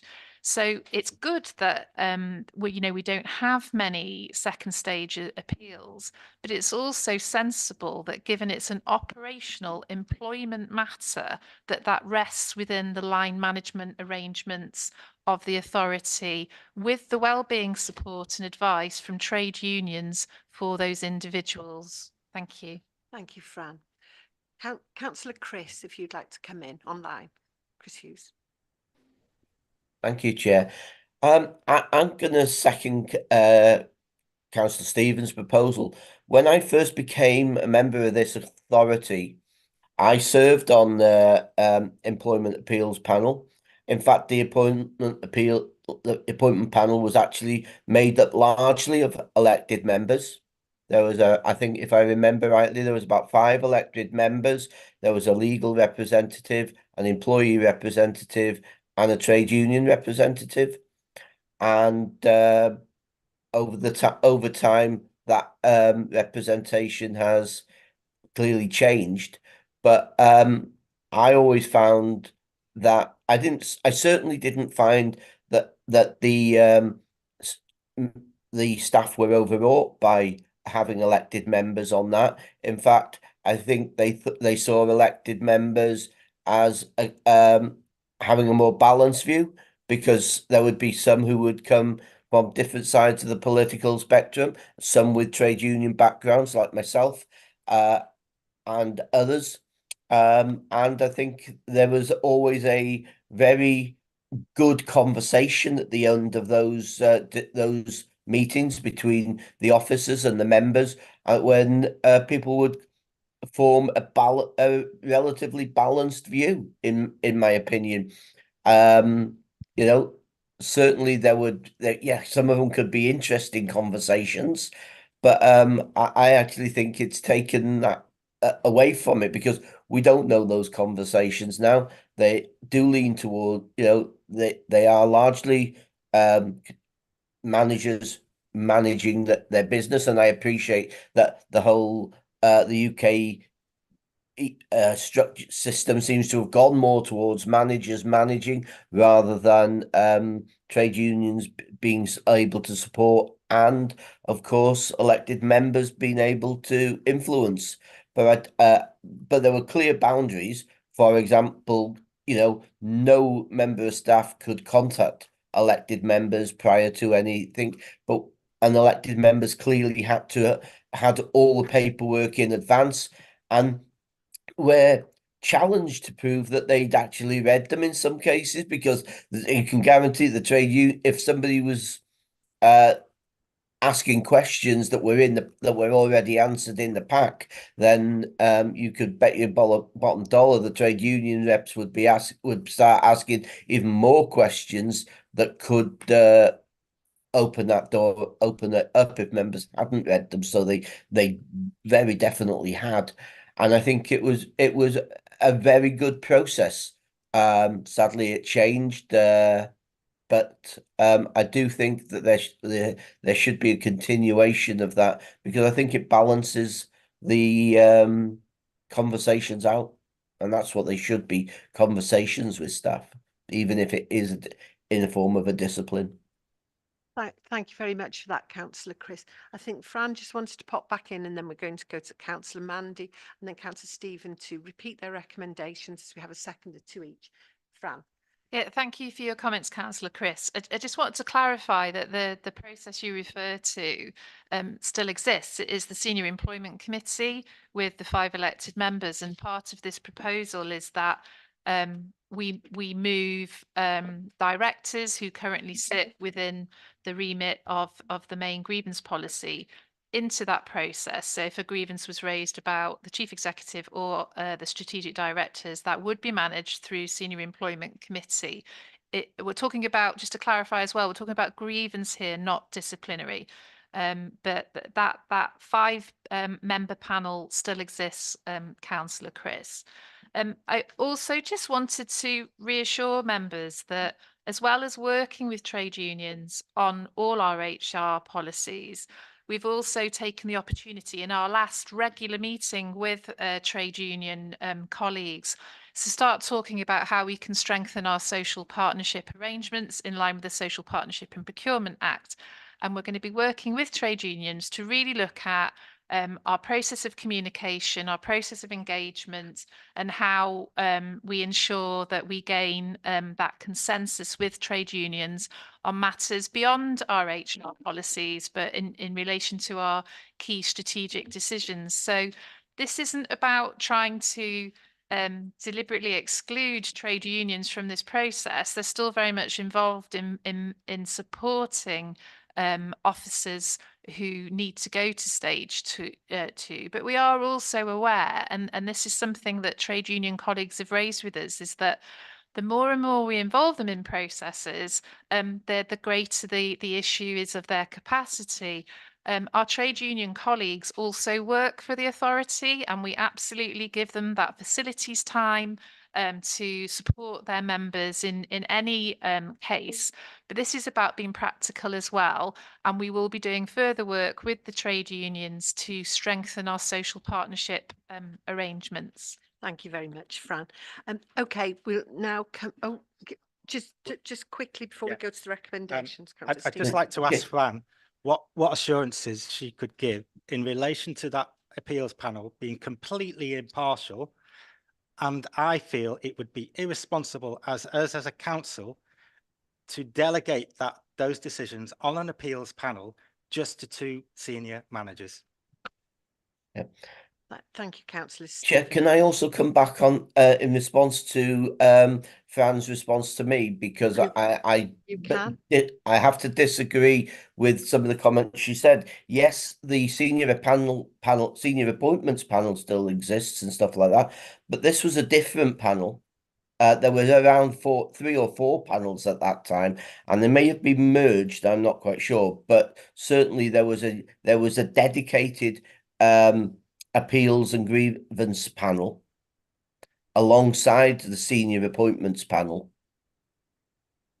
Thank you for that, Councillor Chris, the benefit of your 20-odd years as a councillor. Thank you. Thank you, okay. Chair.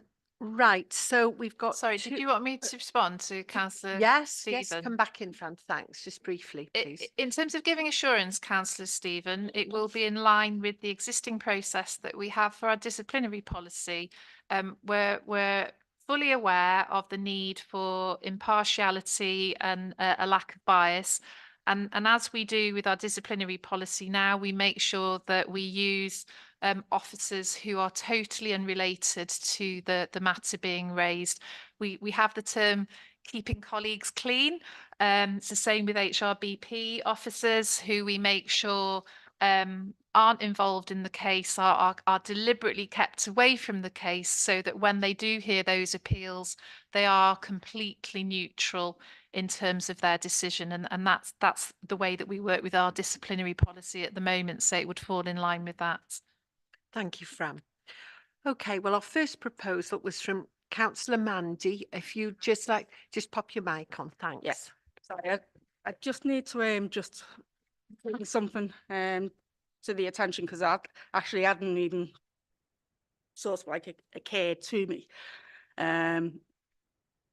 My husband is a trade union rep, so I obviously hadn't, wanted to do this. To me, it's about getting this right for our employees going forward.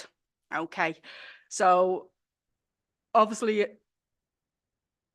the recommendation that was being put forward was for Can I just stop you there? Sorry, One sec, Councillor Mandy. Matt, in terms of declaration of interest, Matt, if you wanted to. Yeah, Chair, I mean, in the end, these matters, as I've said on a number of occasions, are matters for members themselves. But in circumstances where there's a proposition here, which is essentially about the very issue of union representation on the panel, I think it would be more comfortable not to be voting on such a matter. That would be my advice. Oh, okay, and thank you for that.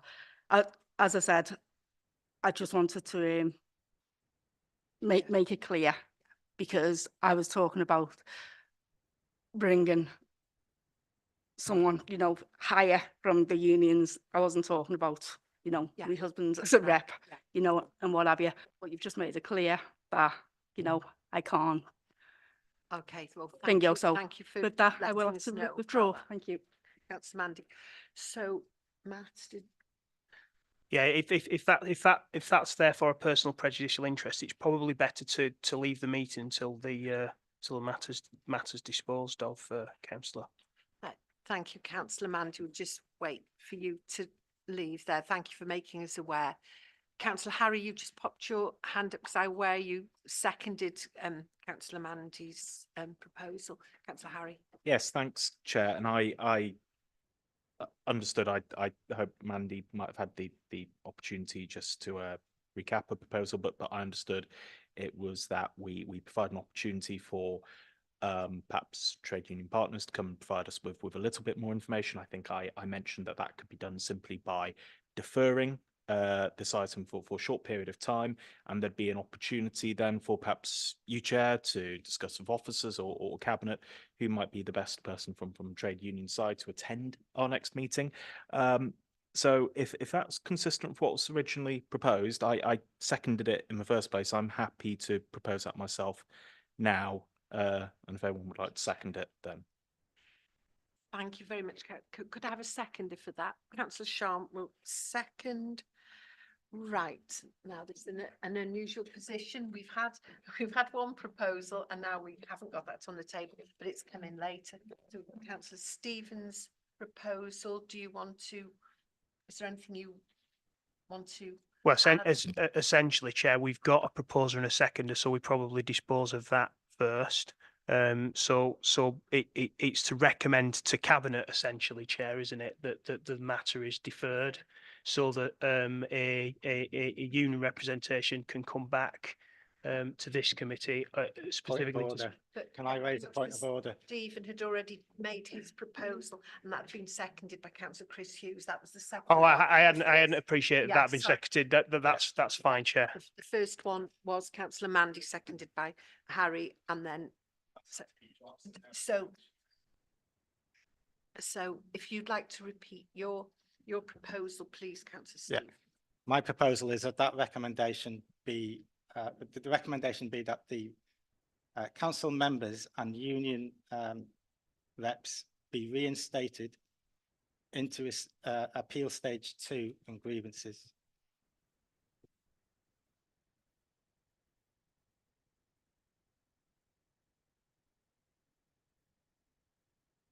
Okay, thank you. And that was seconded by Councillor Chris Hughes online. So we go to that one first before we go to Councillor Harris.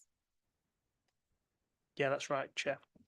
Okay, so we're voting on that of Councillor Stephen, his recommendation that council members and union reps be reinstated.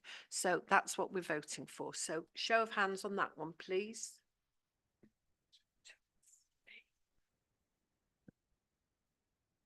Four in the room.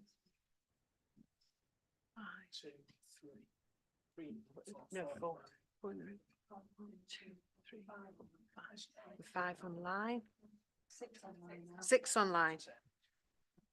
Okay. And those against? 1, 2. Any against online? And any abstentions? 1 abstention in the room. Thank you. So that is carried.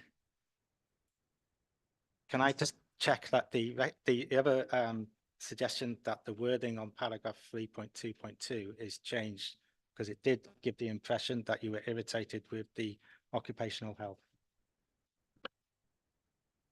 So, yeah. I think what we've had is a recommendation to cabinet that they reinstate the union representation onto the appeal stage 2. I think that's the recommendation that we've had. I'm not clear whether there's another recommendation at this point, Chair. But I think that's what we've just voted on. So we make that recommendation. Did you want to make a further one to add to that one, Councillor Stephen? So the further recommendation is that it's just the word consistently be changed. So it doesn't appear as if there's, or incidentally appearing that there's some annoyance with the occupational health for actually doing their job in suggesting that somebody is not fit to work. Thank you. And have we got a seconder for that proposal, please? Yes. Sorry, I'm not seconding it, but just a thought, and that someone will tell me if I'm wrong. The specific paragraph that Stephen's pulled out is part of a committee report, so it's not actually part of a policy, is it? It's the written document to help us in cabinet make a decision, but then it's not. Chair, it was a question that I was going to ask. I don't know whether or not officers who've drafted the changes know whether or not that wording is within the actual policy itself. But if it's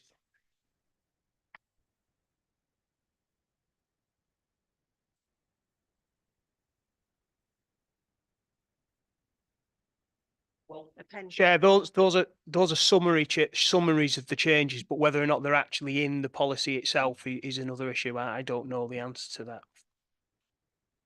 If could I suggest that if that's seconded, we can put that recommendation through. If that and carried, we can put that recommendation to cabinet so far as the wording is carried across into the policy.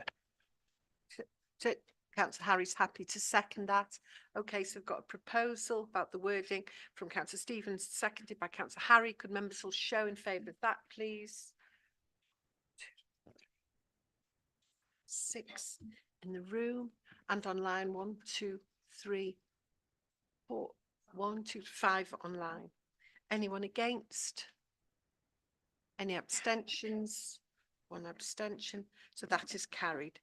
Thank you very much. Thank you very much, members. Do you want a quick 5-minute comfort break before we go to the last item? Yes? No. Oh, they're all moving. Yes, people want. So is that okay? 5 minutes, members? Yeah, thank you very much. Dawn. Do we need to help? Yeah,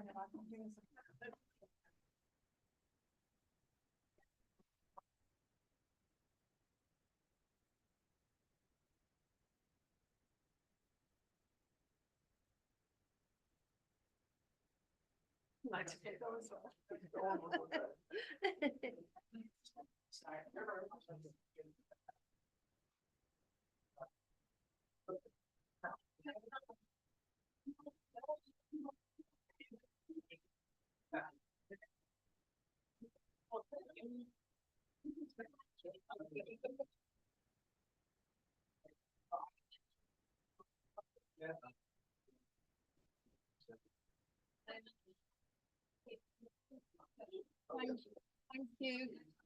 Thanks. See you soon.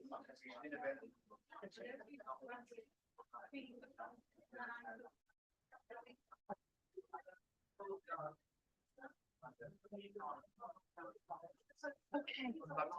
I'll be back.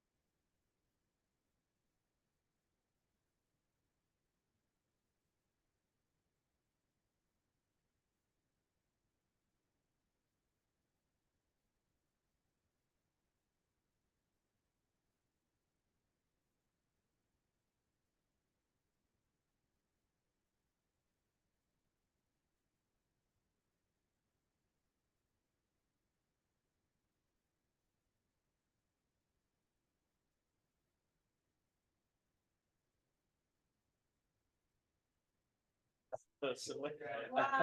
I get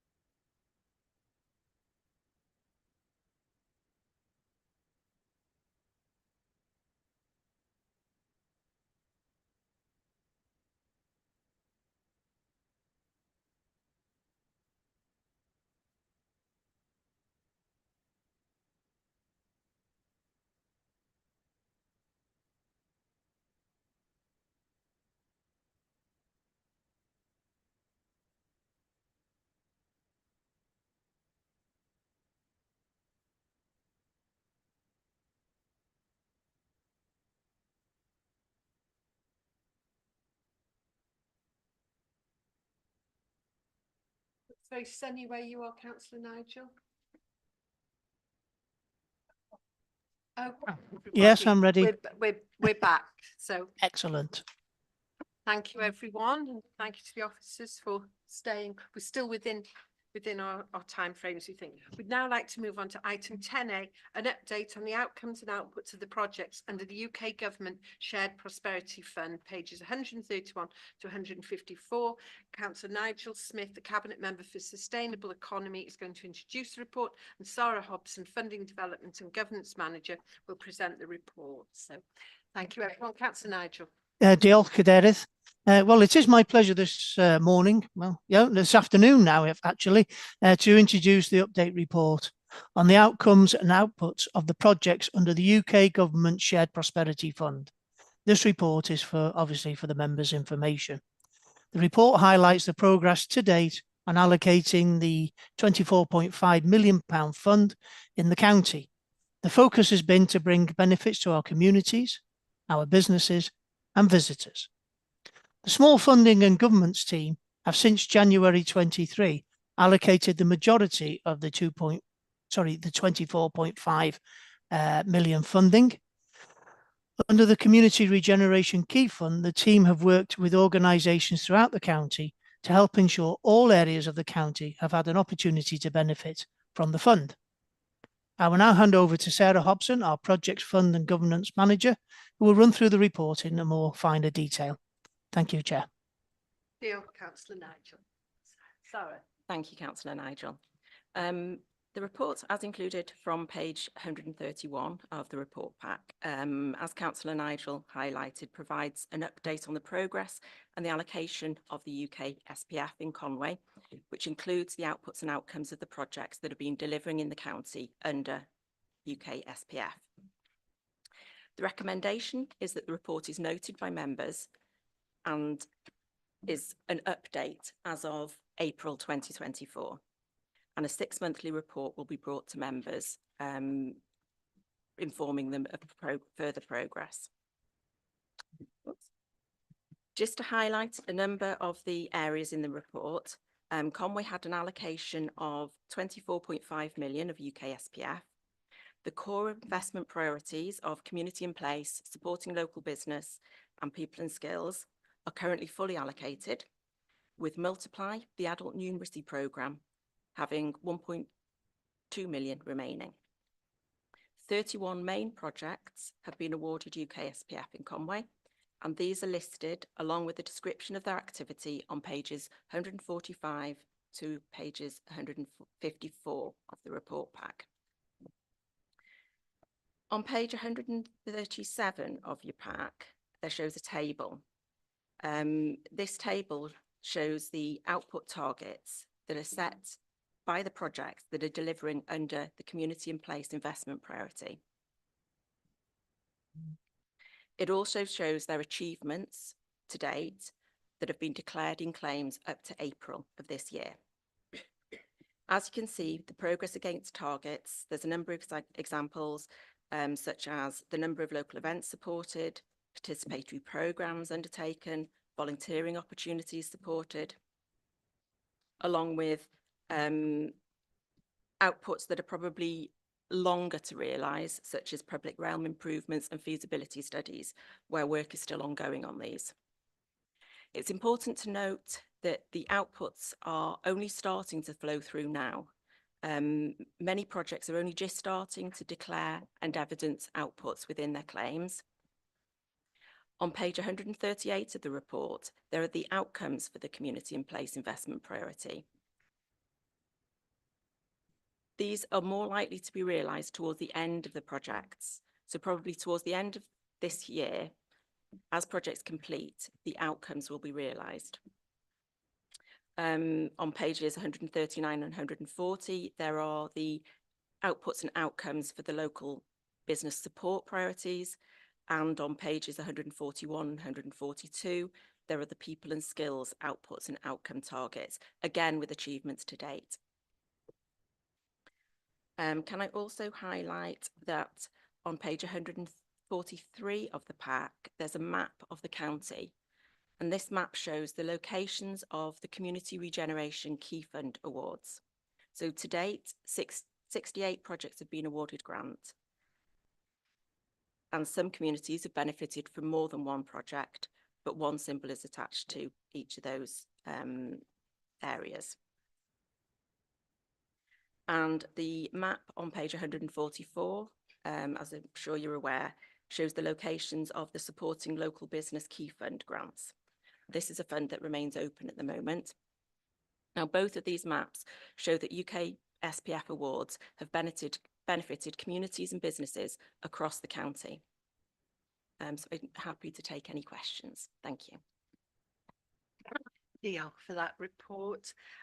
First question is Councillor Dilwyn.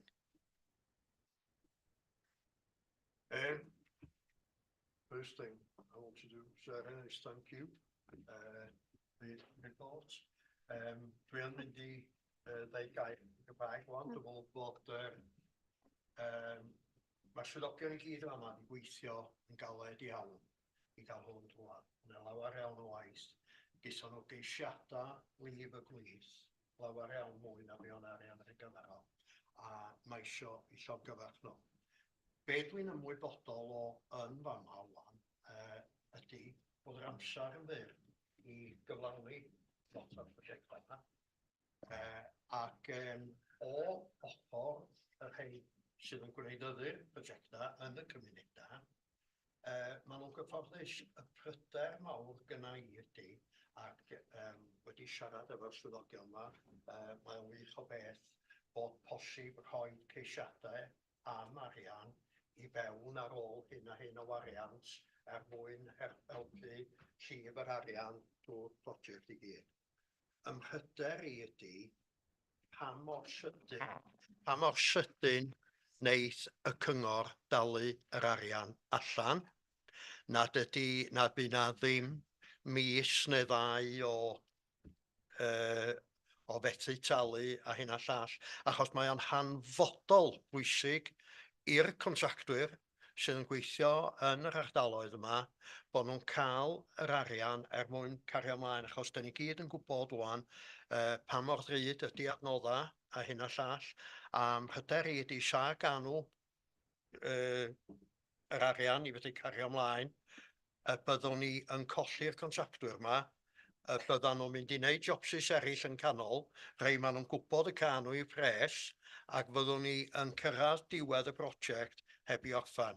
A fyswn ni licio gweld rwsyd na'i gilydd, a dwi'n siŵr bydd Nigel, fel y deilydd portfolio, yn gwrando yn fama hefyd, y bod na sicrhad y bydd y contractwyr yma'n cael yr arian yn brydlon mwyn methu cario ymlaen yn y gwaith. Diolch. Diolch, Councillor Dilwyn. Okay, thank you. There is a process in place because we are aware that under the Community Regeneration Key Fund, we're dealing with a lot of smaller community groups that don't have the cash flow to pay for large contractor invoices and things. So we have a process in place, and we ask at the start of the project for them to provide us with a profile for when they need reimbursement of those costs, so that we're able to put that in place and ensure that they have got the funds required to be able to cash flow the project. Yes. Yes, I know you've put the process in place, and it's brilliant that you've done that.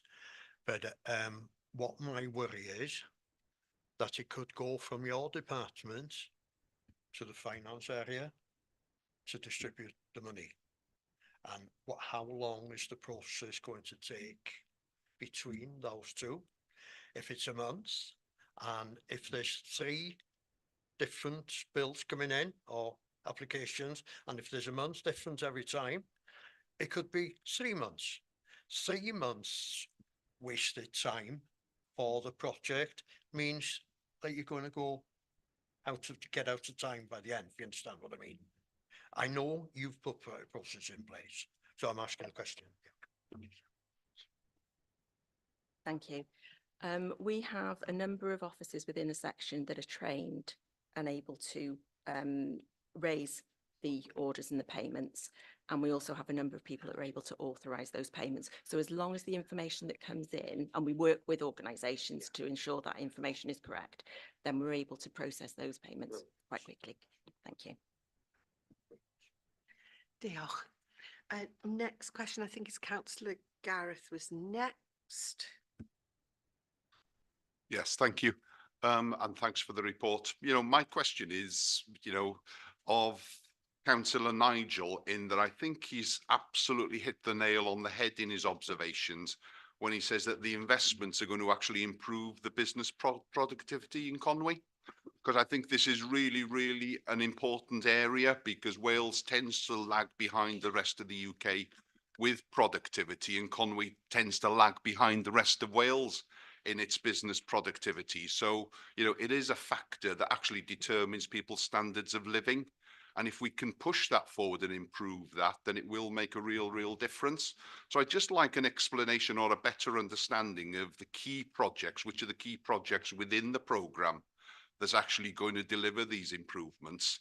And also, how are we actually monitoring the success? Are we using GVA against labour input? or are we using some of the indicators that are in our own economic growth strategy? Because I can see, you know, some numbers there as to participants or businesses touched. But if we're going to get results, we should be monitoring them, I think, against our economic strategy so that we can actually see, have these programs actually delivered and what improvements have they done there? And I apologize if I haven't seen them in the report, but I think it's important that we tie everything together. I just want to understand, are we working with it, and how are we working with our overall economic strategy? Thank you, Councillor Gareth. Councillor Nigel. I think I'll hand that over to Sarah, if you don't mind, Chair. Okay. That's the hospital pass for you. Oh, Ellen, you're going to. Oh, Ellen. Thank you. Ia, mae o'n rhan o strategaeth, yn strategaeth yn economic growth strategy ni, bod ni'n mesur deilliant allan o'r rhaglen yma lle. Da ni ddim yn mesur yn erbyn y GVA, ond mae rhywbeth ydyn ni edrych mewn iddo fo lle, ond mae o'n rhan blaenllaw o'r strategaeth sgynna ni lle, bod ni yn mesur.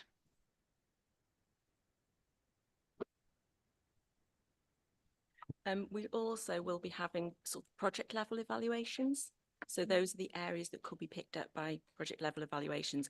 But obviously, with the timescale of the program being quite short, those sort of benefits sometimes won't be realised for years to come. So at some point in the future, but we will be commissioning project level evaluations as well as linking in with the economic growth strategy. Yeah, I understand the GVA one is a huge time lag between when you get the data from the ONS to when, you know, where it pertains to. But, you know, my recommendation or suggestion would be that we tie them into the indicators in our own economic strategy, and that there's some really good, interesting indicators there, like employment and people in employment and those targets to actually get more people into full-time employment within Conwy, which I think would be really useful in tying the programmes together. Thank you. Dear Councillor Gareth. Next, we've got Councillor Chris online, Paul in the room, and Councillor Abdul online. So, Councillor Chris. Thanks, Chair. Just very brief question, really.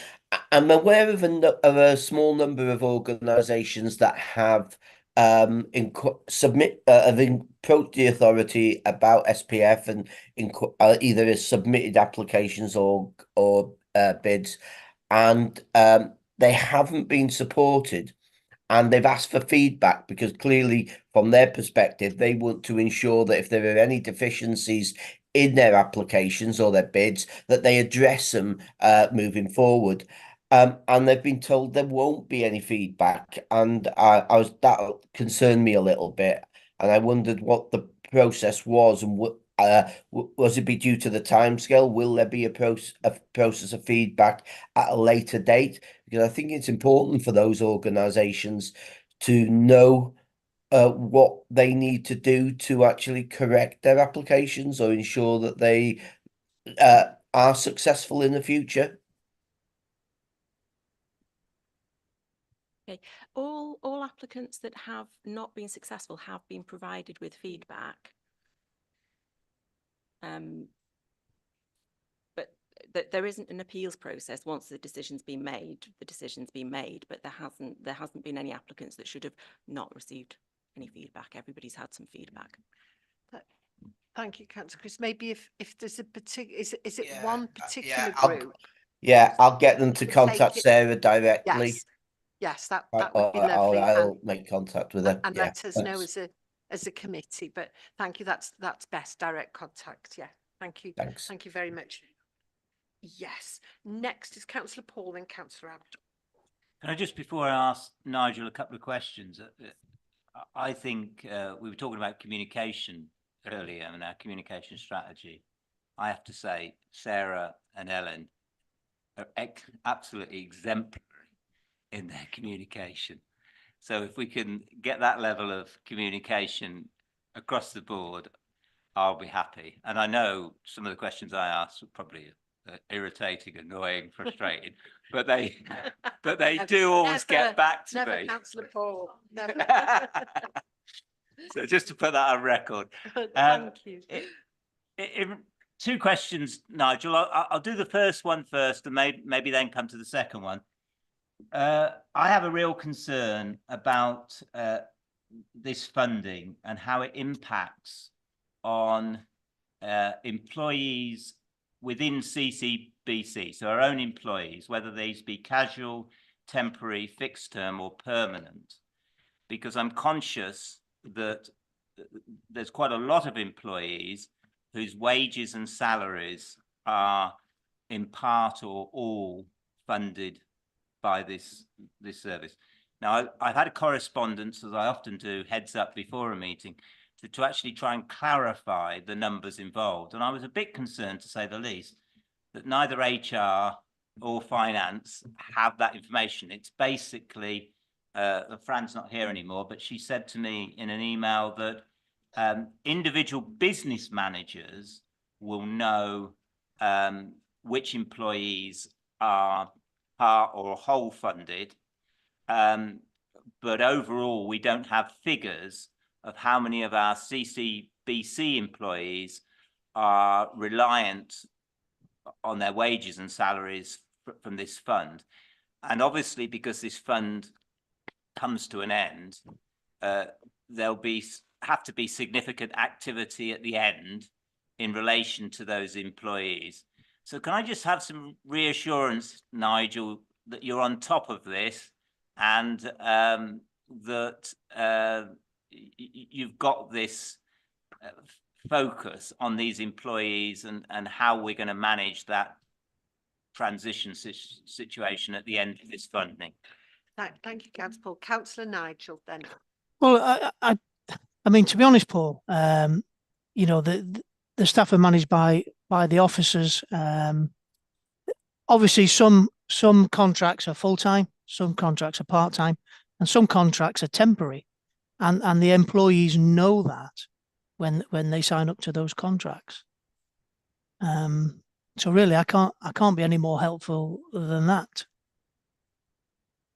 But obviously, well, I would hope that whether their wages or salaries are part or wholly funded from this fund, we do need to have a strategy, don't we, in terms of managing, hopefully, redeployment, but in some cases, yeah, temporary contracts, casual contracts, fixed term contracts will come to an end. Maybe even some permanent contracts will come to an end, and you know, there may be possibility of redundancy. So I'm just concerned because we've got no guarantees going forward of funding these posts, but quite a lot of staff are presently being funded from this fund. Good point, Councillor Paul. I couldn't comment on the amount of staff, to be honest, Paul. Do you want me to come in? Did Councillor Charlie want to do that, or Councillor Charlie?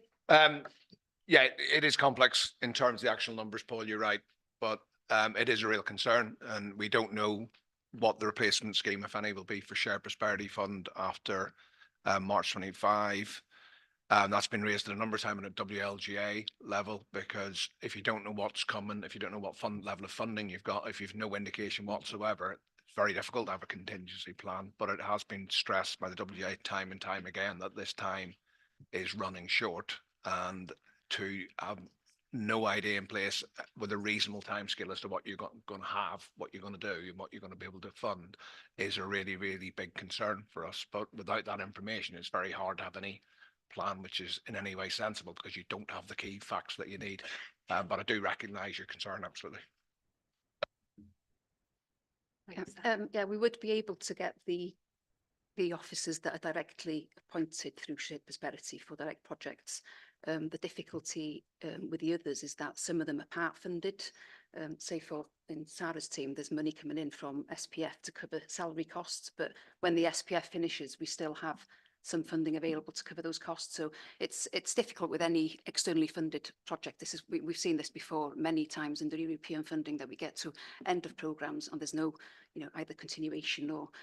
But yeah, it's a challenge for us, and let's hope that there will be something another programme that we can pick up, and that the objectives and that will be very similar to what's been delivered now. Otherwise, as you say, it's the policy around redeployment and end of contracts and the HR process. Thank you very much. Amanda, did you want to just add anything? Just ever so quickly to add, I just want to assure Councillor Paul, I guess, that about the perceived lack of information. We obviously in the HR system, when there's a fixed term contract, there's no reason in the HR system itself to record the basis of why a post is fixed term in terms of whether it's a grant funded post or another. Obviously, in terms of the finance information, when we go to talking to the accountants, then we would be aware which budgets are funded from which grants, but it would require a little bit of work to collate that across the whole of the services.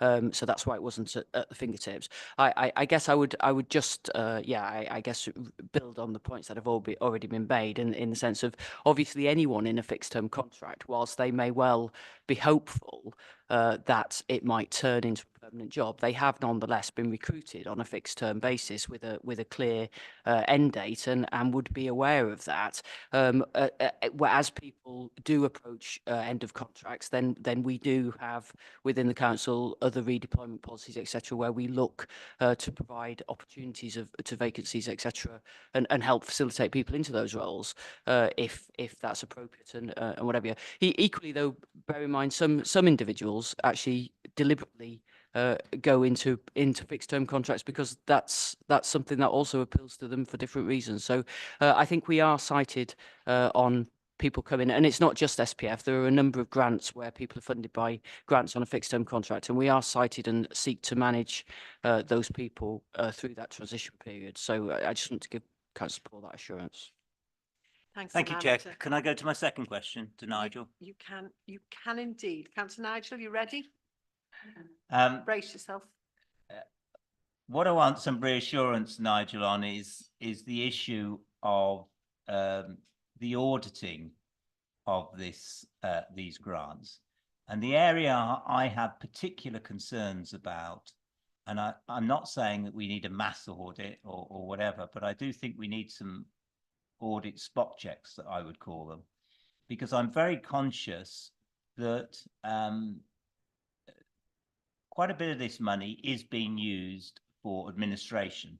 And let me give you one example. If you take the small amounts involved in Crew Conway and the town teams.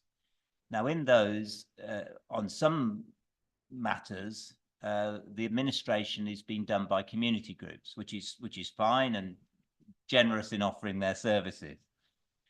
But some of the amounts involved in paying to these community groups for administration and management of it seemed quite significant to me. And I'm not asking for across the board, but I think we do need to have some spot checks on how these funds are being used for the management and administration for the actual services or projects that are being provided, because I am concerned overall we could be quite vulnerable in this matter. Now, I don't know whether Nigel's given some thought to this with professional colleagues, but I think it's important we're on top of it. Thank you, Councillor Paul. Councillor Nigel. Well, to be honest, Paul, I don't share the same concerns. I think when the applications have been looked at by the board members and officers, we felt very comfortable with those ones that we've supported. You talked about feedback before, and on several occasions, we've gone back to the applicants and asked for further information. Auditing going forward on the results or the outcomes or the benefits, I'm sure that will take place in due time, but it's early days yet, Paul, to be fair. I don't know whether the officers have anything else to add. All right. Thank you, Councillor Nigel. Thank you. Where the projects are sort of funded by the main fund and they've been approved through the lead local authority Gwynedd, they undertake verification checks. So they would be checking whether it's evidence of outputs or financial evidence in relation to what is being paid for, basically, and the justification for that, to ensure that it's in line with the aims and objectives of the project, what was anticipated to be delivered, and that it's actually value for money. So those checks are undertaken. But if you've got a particular concern, certainly let us know. Thank you. Thank you to you both. So we've got Councillor Abdul online and Councillor Dilwyn in the room before we go to the recommendations. Chair, my question's been answered. Paul already asked. Thank you. That's excellent. Thank you, Councillor Abdul. We've got Sarah Ecob. Did you want to come in? Diolch. Yeah, just Councillor Paul, you mentioned Craig Conway.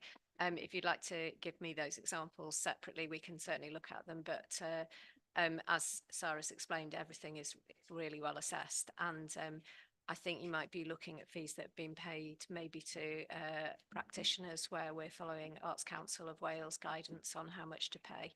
To make sure that fair pay is in place, which obviously is part of the rules. But I'm very happy to look at those individual items with you. Diolch. Thank you very much for that, Sarah. Councillor Charlie, you wanted to come in, and then Councillor Dilwyn. Yeah, thank you, Chair. This was in my old portfolio, and one of the big challenges when we set up the scheme was to ensure that the money was benefited the whole of the county geographically, and as many businesses as possible. And I really want to thank the team for all the hard work. You can see graphically on the maps that are there that we have extended it to every part of the county. I think the reach has been really good. I think the way that we've gone through this has been effective.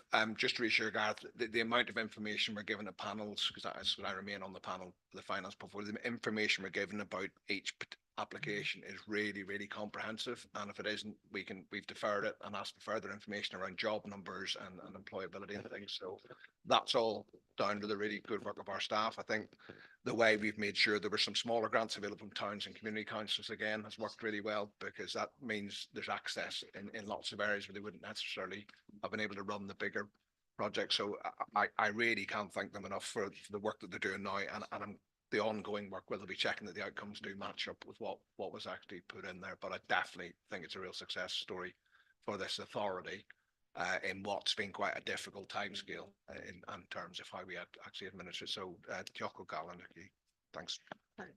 Dear Councillor Charlie. Yeah, I would urge though that Councillor Paul's comments about an audit, keeping a close eye on the audit of the community project is kept in mind all time. So thank you. Last speaker is Councillor Dilwyn. Thank you, Chair. All I want to do really is thank you once again for all the work you put into this. Microphone. Just want to thank you for all the work you put in and all the reports. And there's so many communities now that are looking forward to being able to spend this money for the benefits. And on that, can I propose that we accept the recommendations as stated on page 131? Excellent. Dear Councillor Dilwyn. So we've got a proposal that we accept recommendations 2.1 and 2.2. Councillor Stephen will second. So if there's no more questions, if members would like to show. 1, 2, 3, 4, 5, 6 in the chamber and 5 online. Anyone against? No. Any abstentions? No. So that's carried. Thank you very much indeed for the reports and your attendance. That's our meeting finished for today, everybody. 1:45. Look at that. Finished before time. Thank you, Chair.